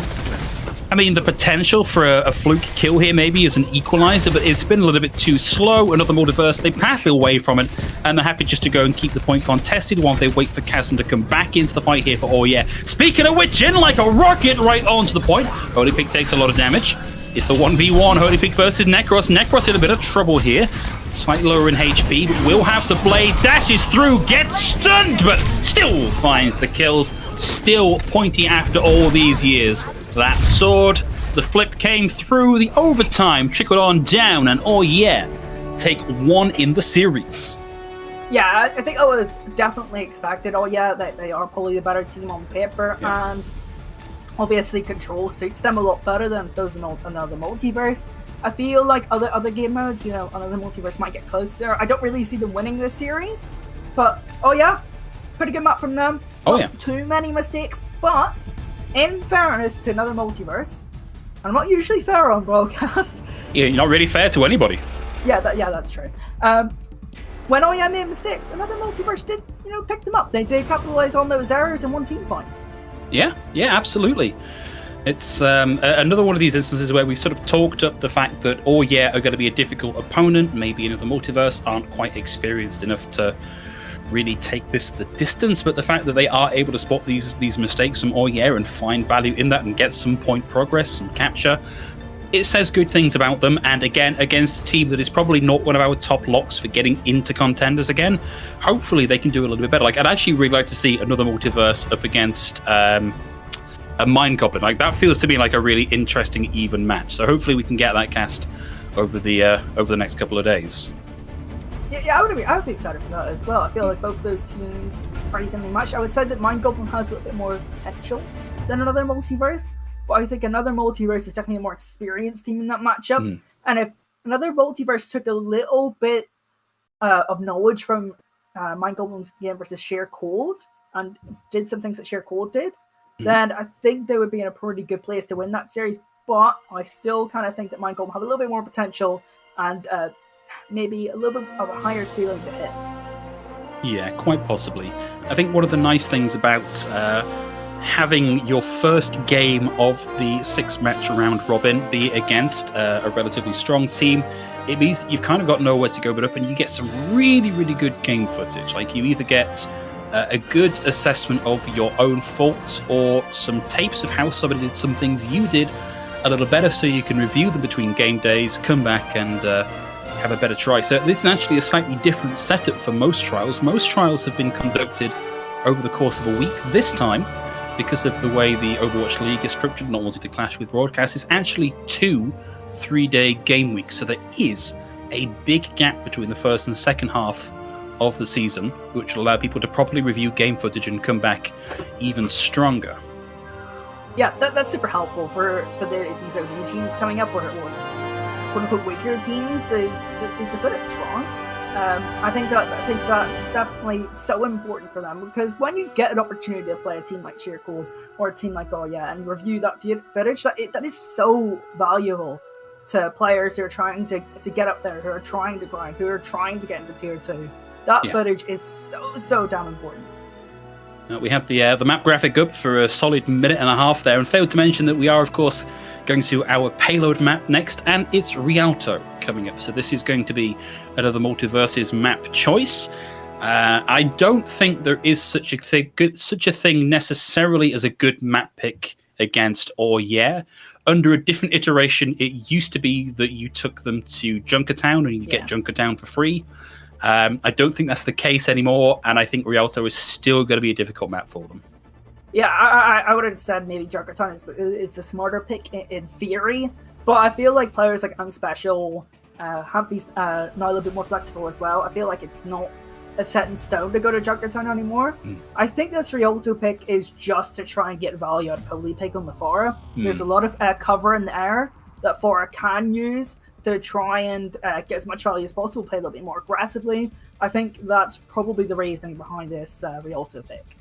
Yeah, almost definitely. It looks like we are very shortly going to go into this map.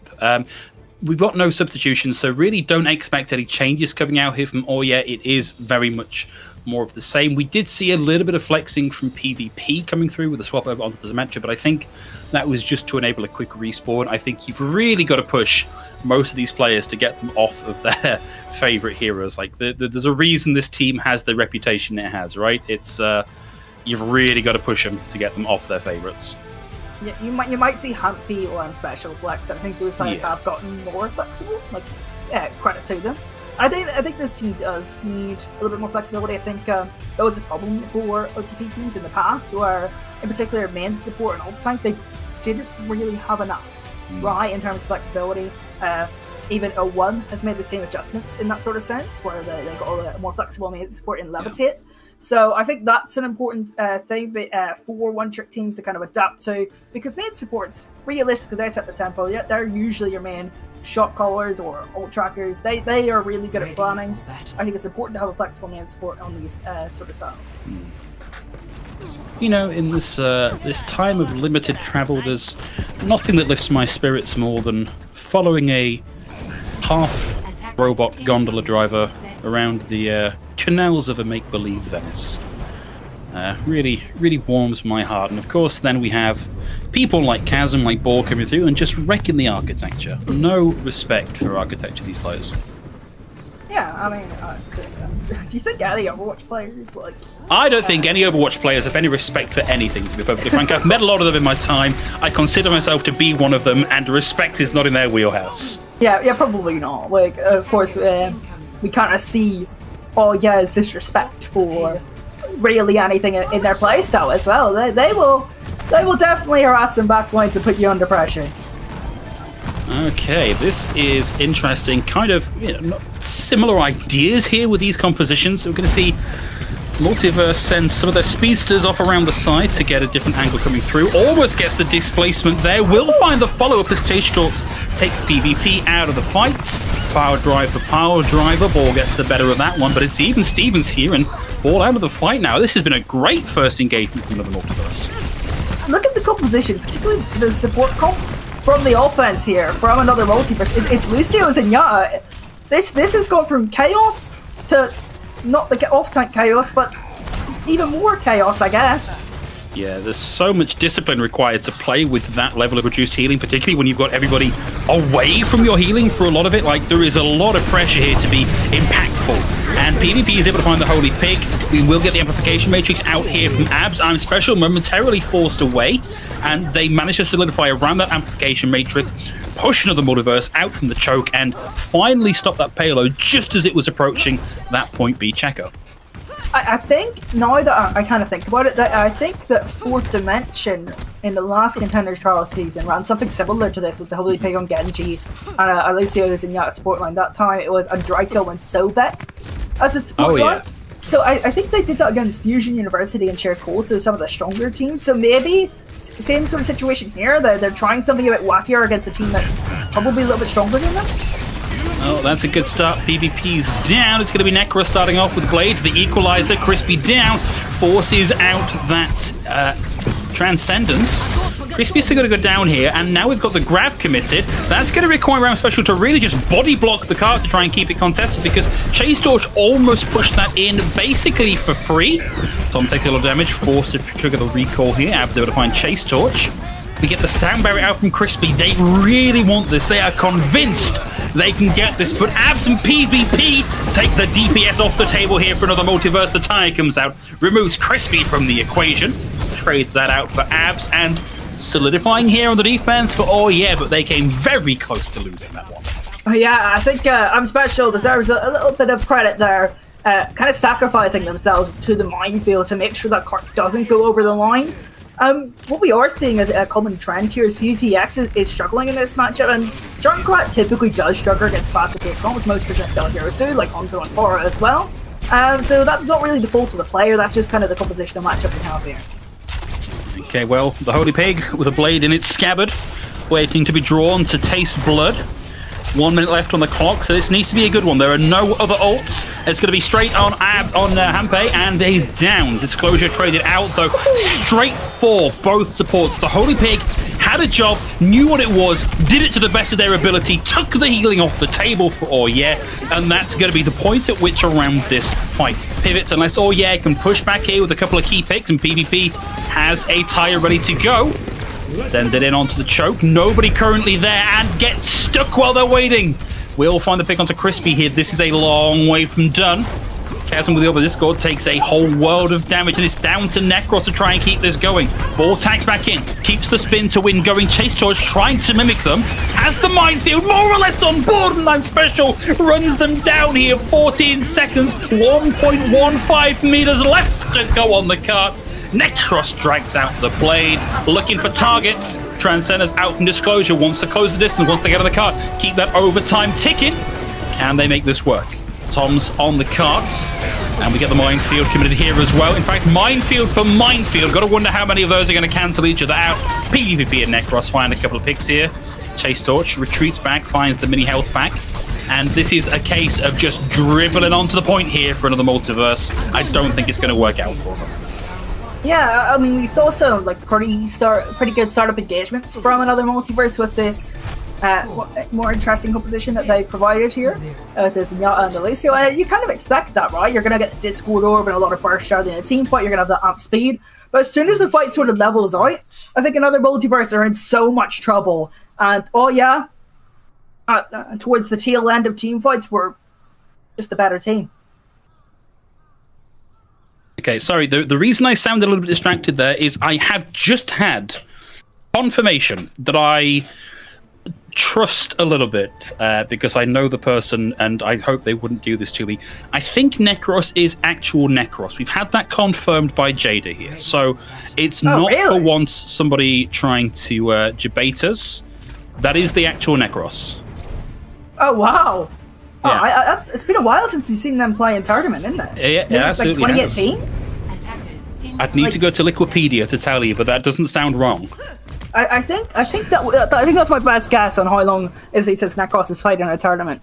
To me, that's also quite surprising that Necros is in the lineup here instead of Isaac, because I thought Isaac was extremely good in Open Division, got them a lot of different versatility. Because Isaac is kind of known for being a versatile player, could play a lot of different heroes. But to be fair, Necros has been pretty good. I think the Genji play for both teams has been surprisingly good. I'm not a big fan of Genji as a hero myself and how it's utilised, particularly in Europe. I think in the EMEA we do see a little bit more Genji than we should. But both the Genji players here have been pretty good. I thought Holy Pig had a pretty good Dragon Blade near the end, but it just wasn't quite enough. So, at the start of the last round, when we had another multiverse on offense, we were talking about the fact that Overwatch players, by and large, have no respect for anything.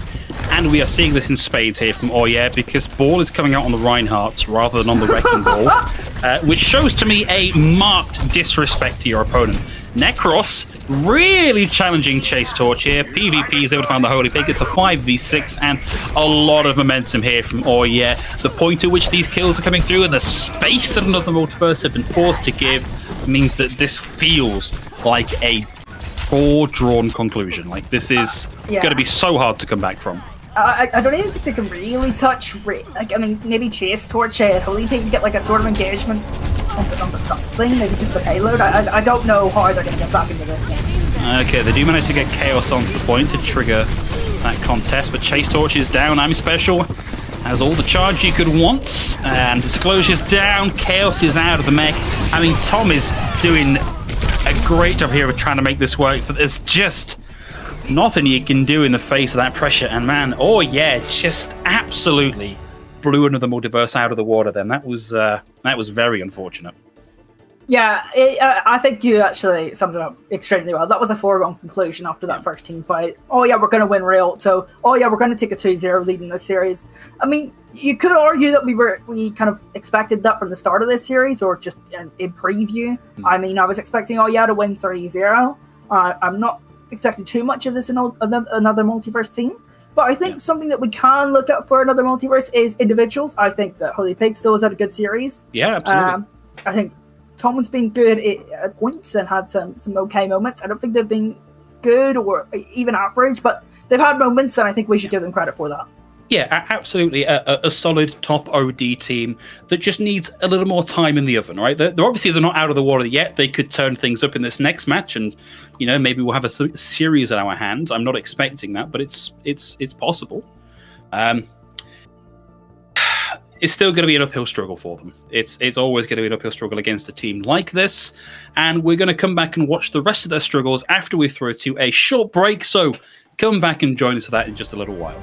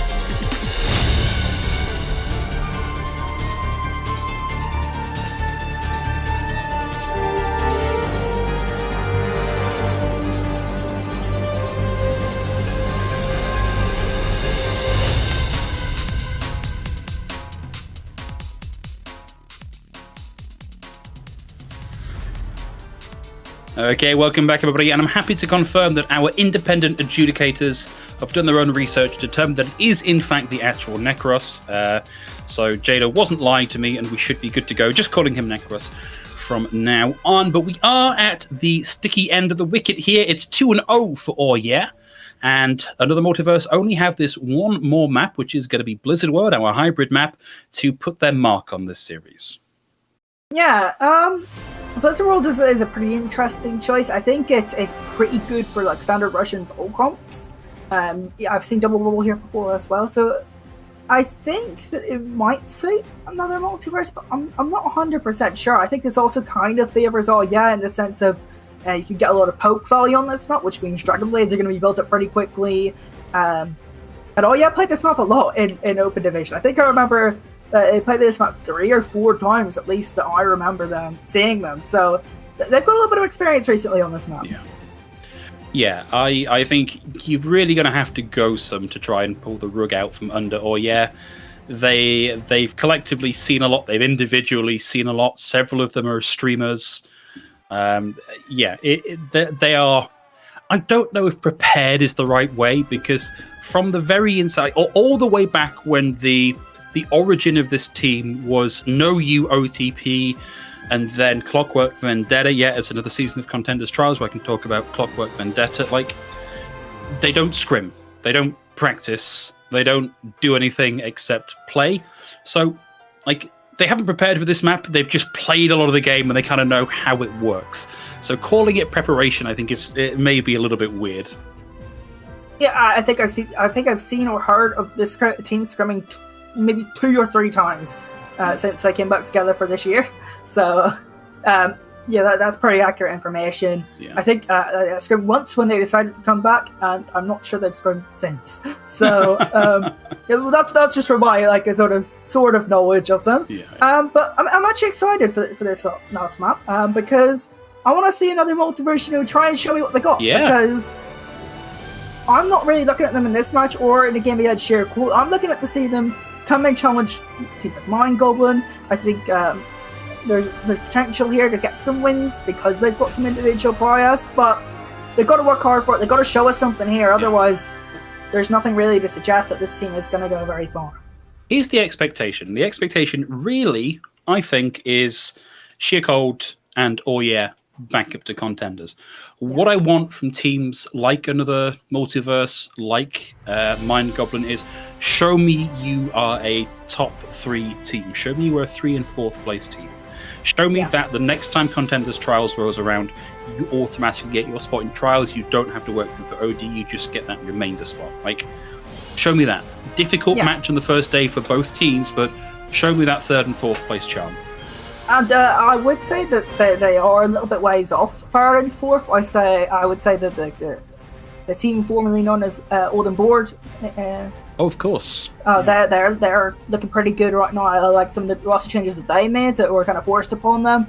I think 0-1 are probably up there as well. I would even say 0-1 could be 2nd. I could say they could probably beat I think they're consistently better than them in Open Division. I think they've been consistently a little bit better than them for a little while now. Okay. But that being said, I think that's only because I like some of their recent pickups. I think Apples is an extremely versatile player. They're playing main tank for them right now, playing a lot of Wrecking Ball. I think Levitate's a really good pickup as well. And I think that realistically, might have a higher peak than them, but I think 0-1 are a little bit steadier. I think they might sneak 2nd away from them. I think those 2 OTP teams will probably be 2nd and 3rd. Okay. And I think Olden Board, they're in a little bit of rebound phase right now. I think they are be 4th. rebuild in progress is their rebuild new in progress. Yeah, I think they'll probably be 4th as well. I think that's my top 4 right now, but I do like the look of Mind Goblin. Okay. Another multiverse, they've got to show me a lot more to kind of even be in the conversation for top 4 right now. Well, we can discuss the exact terms of the wager after today's broadcast. What? Okay. Well, I mean, that's probably going to force ball back onto the ball and off the Reinhardt, because that was certainly something. Yeah, he'll be back on the Wrecking Ball here, so expect him to be back in the fight run. Oh man, that was close to a big knockoff there. PvP took an awful lot of damage on that one, nearly went into the drink, and is not out of the woods yet. In fact, is being chased by Tom and by Chase Torch. So this has not been a phenomenal point A defense from Oya. Let's be real, it was probably lost as soon as Kazan went off the map, but I might be able to bring it back. No, we're seeing them push back a little bit. A lot of space being taken here by another multiverse, but they're not able to keep that pressure on the point at the same time. The Holy Pig has to retreat to the mini health pack, and I think they gave up that chance of getting the objective. Yeah, Chase Torch and Chris are on their way back. Alright. Unfortunate. That was a team fight. That was a team fight in Contenders Trials. I can't believe really what I've just seen. That was a thing that happened. Yeah, and they didn't really get any sort of progress towards Holy Pig's Dragonblade, so there's no real win conditions for them. I mean, they've got this Lord Ultimate soon. That's a plus at least. Yeah. And, Necros, who I'm quite happy to label as a Genji one-trick, 80% on theirs. Not far off doubling the Holy Pig's count on this one. PvP with the Riptire as well. And, of course, traps hither and yon to disrupt the path of the Wrecking Ball. And just like, that looked so easy. That was a point-blank tire. Kills one support. Gets the Transcendence out of Disclosure, who then dies anyway. I mean, it was cool reaction time from Disclosures to live there, but it seemed kind of pointless to me, right? I mean, you kind of want that Contenders for the next team fight when you're maybe building up to some of your win conditions and some options to try and win, but looks like they're going over to the Honor anyway, so maybe that's the reasoning. And now the question really is, can they sync up Disclosure's Nano Boost with Holy Pig's Dragon Blade? Well, I think they're going to have a bit of time to build that up as they have already lost one player on the way in. Tom now on the Doomfist out fairly early here. So Disclosure has some time to build this up, but it's going to require Chase Torch and Chaos to intentionally take some damage and feed over Ultra as everybody else. Yes, but the problem is, if they take too long to build this up, then look at the win conditions of the defense. They've got Graviton Surge and Dragon Blade. Okay, so we do actually see a couple of kills come through. I was skeptical about that sound barrier coming through, but it's used for aggression. Necros wasn't able to find anything with the blade here, and Tom was able to find a couple. It's an even team fight so far. PvP's nearly got that ripped tire, gets taken out of it during the animation, and I mean, this whole thing has been a massive cluster kerfuffle, and I think it's possible for either team to win this team fight and for them to both technically lose it. Yeah, I think it's now done. I think that, oh yeah, we'll win this. However, they're going to have that away for this next team fight, and I don't really see anything other than the natural mobility of the heroes and all, yeah, that's going to save them. So, the Holy Pig, the stage is yours. Okay, well, Chasm a lot of the way towards having that minefield. Actually got a good chunk of that with that pile driver. Oh, and they lose Chase Torch. This needs to be a big Nano Boosted Dragon Blade here, and it's got to happen ASAP. In it goes. It's going to find Abs, who steps out. Immortality actually dies to Holy Pig there. Holy Pig with 2. Get the minefield out from Chasm, and I'm Special focuses down the Holy Pig. Tom with a dive in, finds a kill onto I'm Special, closing in on having that Meteor strike as well. Finds the Wrecking Ball, and the cat looks like it's about to come through as Chasm is punched into oblivion. A very clutch set of plays here from another multiverse. Yeah, and the minefield being left behind allows Chase Torch to take some damage on purpose and build those support ultimates up. They're going to have another sound barrier for this next team fight. They're going to build up towards that Nano Boost as well, which means they could have another team fight relatively shortly where Holy Pig and Disclosure get a Nano Blade combo off. And I think Holy Pig today has proved that they can play the Genji and the Bora to a relatively high level. Necros closing in on another blade of their own. Won't have the superpower. It will be, as the kids were saying, a dry Dragon Blade, the worst kind of Dragon Blade. Just jumps out of the way of the Meteor Strike. A famously hard-to-use ultimate there from the Doomfist. Nice big power driver up there from Ball. Gets him up to 70% of that ult. Necros reclaims the high ground, dives back in. Needs to be careful, those mines are still up. Has to slice them, and Tom gets him with the right hook straight into the rock, and Necros is down. With the equalizer. Bullboy in trouble here. Tom down to Chasm, and it looks like this is going to be the hold here for Oye. Yeah, so pretty good team fight from them. Their Dragon Blade doesn't really get much, but it does get the sound barrier out, and they're just going to wait it out. They wait it out, take the team fight, and win it pretty nicely. And they've got a pretty nice ult rotation to where they've got the minefield and a Graviton Surge, so they've got some good positions again for this next fight. Yeah, they can start to cycle some of this through. Of course, you don't necessarily need a big ult combo with the Graviton Surge when you've got a Junkrat. Just chuck damage and hope for the best. PvP's down. Thomas with the swap over onto the Echo here, and I'm Special has to rely on that Immortality field to stay alive. This has been a nice big push here from another multiverse. They found a couple of picks, and Tom already doing work here on the Echo. Finds the Wrecking Ball. Has a bit of trouble there. There's the sleep. Sticky's landed, and Ball taken out in mid-air here. 35% and counting here on the ultimate for Tom. Good amount of pressure. Very hard to pin anybody down here for another multiverse. Shades of what we were seeing from Sheer Cold in the first game. Yeah, but the problem is, like, Holy Pig will have this Dragon Blade for this next team fight. 20 seconds left. It's possible to win this. Oh, never mind. Problem's gone. That Graviton Search Man Special was the problem. Now Holy Pig is unleashed. Yeah, Chase Torch over behind the pick. Holy Pig down to PvP here. The burst damage a little bit too hard to overcome. PvP with the tire in over the top. Looking for something. Finds Disclosure. A lot of damage there. Also onto Chaos. I'm Special still has the Graviton Surge, locks up, doesn't even need to chuck it out. I thought we were going to see the lock up there onto Chase Torch. There it is. Laps Chaos to the carts. Crispy down, and it looks like the stall here just before that point B cap. A line in the sand here for on their offensive run. It's time for the first real dig into a team tonight. Unfortunately, it's come this late in the broadcast, but I've got to be real with you. That should have been another multi versus point B. As soon as I'm Special went down with the Graviton Surge, there should have been so much more support for Holy Pig on that Dragon Blade.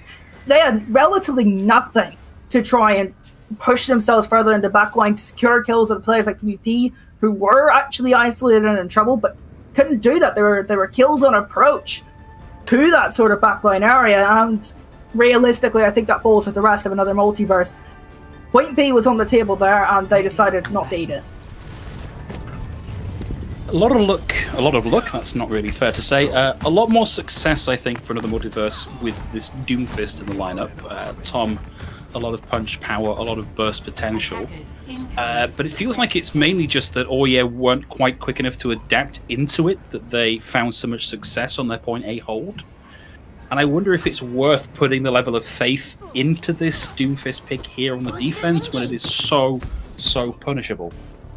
I don't like the idea at all. I would personally rather see Tom play something like a Tracer or a Sombra, something a little bit more mobile, or something that can disable one of the players on but they're going to Doomfist. That's what they're comfortable with. They've had an okay amount of success on that pick. I don't like the pick either. I feel like that there are better heroes to play in here, but we'll see how it pans out. Going to be camping in that right-hand space for now. Did have the high ground. I think realised that PvP on the Junkrat was coming towards them, and PvP's down. Chaos able to find them. Necros equalises though, takes Crispy out of the fight, takes Disclosure out of the fight. No healing available now to another multiverse, and they are in their own multiverse of pain right now. But Necros being heavily pressured, finds the dash reset. Holy Pig taken out in mid-air. The balletic acrobatics here from Necros, really quite impressive. One tick gained already. That's the cooldowns gone here from Tom, and summarily punished for running out of cooldowns. If you haven't figured it out already, Necros is kind of good at Genji and kind of knows their way around the hero. That was some awesome mechanics on display there, and it really did just buy that teamfight win, just an individual play from Necros. Yeah, I mean, I kind of thought Necros was done and dusted there. Did a lot of work, took out both supports, but then down to like 27 HP, they still found space to make that work. And that's not good enough space for Kaz to be able to make that work. Tom forced to recall now, back over on the Tracer rather than the Doomfist. Pepper's in arm special. 33% of the way to the ultimate here, and Art still slowly moving forwards, but this is a big time bank. There is no pressure on Oye to move this particularly quickly, but maybe they just want to get back on stream as Necros pulls out the blade. No value on this one, though. And in fact, it's the Holy Pig without a blade to speak of, but really finds the value with the Genji. Yeah, it had the nano boost as well. I think the plan there was to try and actually just build up the Dragon Blade with the nano boost, but I mean, the Holy Pig just got the kills without it anyway, right? Just only needed the nano, didn't need the Dragon Blade at all, and they'll have that tool for the next team fight. And I think what I would like to see from the Holy Pig and the rest of Multiverse is just to go hyper aggressive to support this Dragon Blade early in the team fight and try and get an ult cycle going. Okay, well, it's denial of the high ground here from the minds of Ball, and denial of the cart here from the minds of Chase Torch. And it's Necros down. I'm Special sure to follow. Not a lot of HP there. Holy Big finds the dash through. And looks like we might see another stalled out team fight here, and Oye not able to move the payload. It was a hyper-aggressive push, but they didn't even use the Dragon Blade again. That's going to be available for the next team fight. Maybe you could even use a self-destruct for some extra space on that Dragon Blade. I think I would like that. Just something proactive from the defense here would be awesome to see. A bit of trouble there, forced to use the recall. Holy Pig eventually slashes down that immortality field, and then actually gets Cool Boy as well, but BBB and Necros start to even up the odds here. And Tom with the chin music takes Necros out of it. It was a good attempt here from the DPS of but looks like another multiverse of... What in the wide world of esports was that? BBP with a double Tom and Chaos down. And now we start to see a little bit more progress, a little more aggression. Ball's got the minefield, and, well, best of luck here out of the multiverse. That should have been a clean team fight win at the end for another multiverse. They should have been able to take out PvP, but that was an absolute madness pulled off on the Junkrat player. And now it's looking really good for all. Yeah, they've got a minefield and a Graviton Surge. Nice big wide spread on the minefield, but I think maybe a little bit too wide there. Sort of easy to get in between them. B2B and Necros both down now, despite their heroics in the previous team fights. Minefield from Chase Torch is going to lock up the cart, but we are now right up against that white box of victory. Chasm finds 2. We get the Graviton Surge out here. There's no one there to follow up on it. Tom takes some damage through that amplification matrix, Ab forced to use, and I mean, just sort of a slow, steady grind against the meat grinder here from and another multiverse are left without a leg to stand on, without a point in the series, but they will have that one in the L column for them after the first day of players, take the series. Yeah, that last team fight just kind of sums up for me. I feel like they had so many tools to work with. They could have had such a clean team fight plan, but what they decided to do instead was, okay, we're just going to use ultimates kind of when we feel like it. We're going to have Abs on the top left with an up matrix. We're going to have a random Graviton Surge and a Rallying Brig swinging at it. It was kind of a weird team fight, but wouldn't be the same with those sort of team fights, and they win it anyways. They use their win conditions, not in the way you would typically see it, but they won the team fight, they won the map, they won the series. Who really cares? Exactly. It's the word that gets used euphemistically is it's a very individualistic style of play, right? Everybody's kind of doing their own thing. They know they can trust other people to do their own thing, and like success will happen at some point for them. And ultimately, it did work out for them here for Oya. That puts them at 1 win on the first day of play, which is a heck of a way to start things off. 5 more days of play remaining. Let's see if they can keep that run going. In the meantime, though, we do have time for an interview. We're going to be speaking to Lightbringer, who we didn't get a chance to see in today's play, but who is nonetheless an integral part of the team overall. So those of you that are not that familiar with Lightbringer may know him as an occasional player for one of these OTP teams, and we'll be talking to him after a short break. We'll be back in a sec.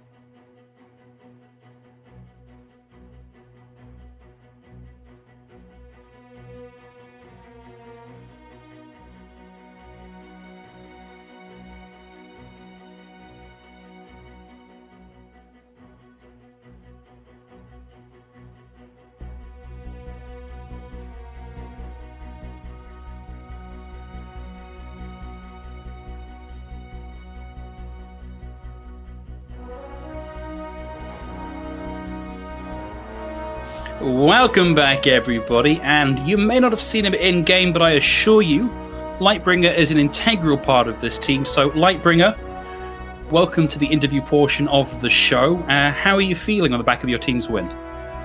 Yeah, pretty good. He got up from a nice 1 hour long nap and saw my team was up 2-0 with Mr. Chasm as he would say it, pinning off the map.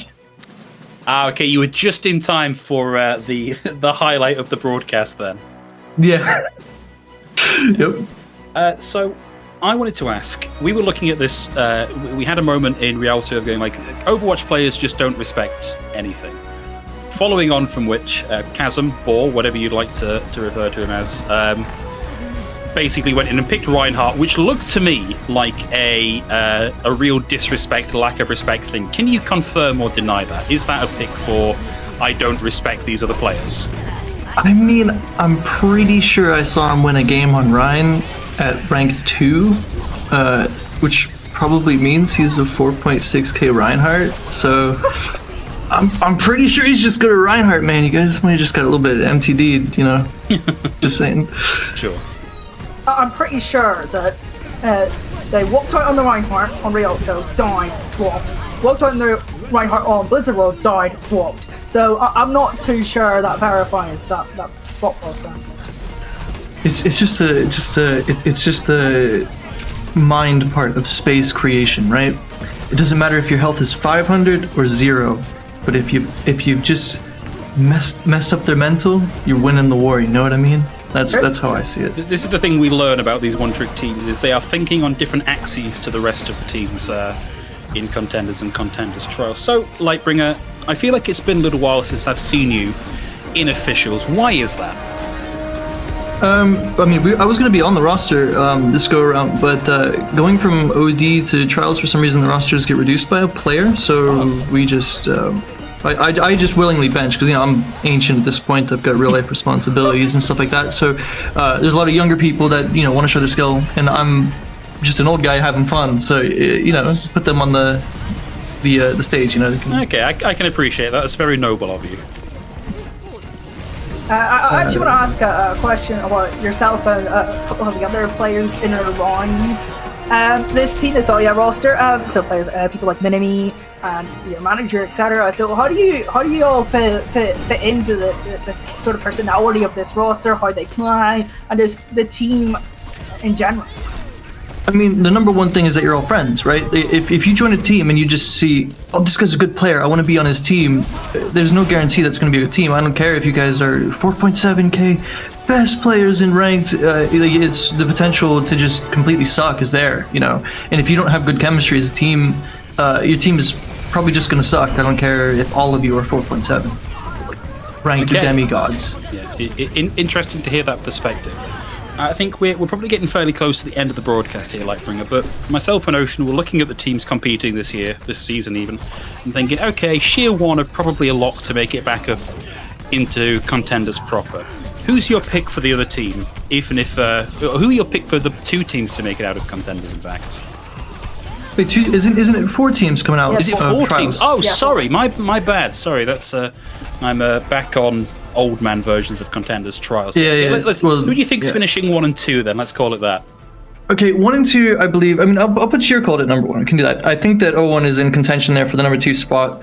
I know that they probably dislike us greatly from last OD. But that's okay. I have a lot of respect for all their current players. They're actually good at the game. So just, you know, keep doing what you're doing, and you guys will do well even in Contenders, I think. In terms of, I mean, I'll just say that I think the bottom 2 teams probably... who did we just play against? It was like Mind Goblin or another multiverse you just played. In and Mind Goblin. Those 2. Yeah. So yeah. Okay, cool. Well, thank you. Useful to get your insight on that one.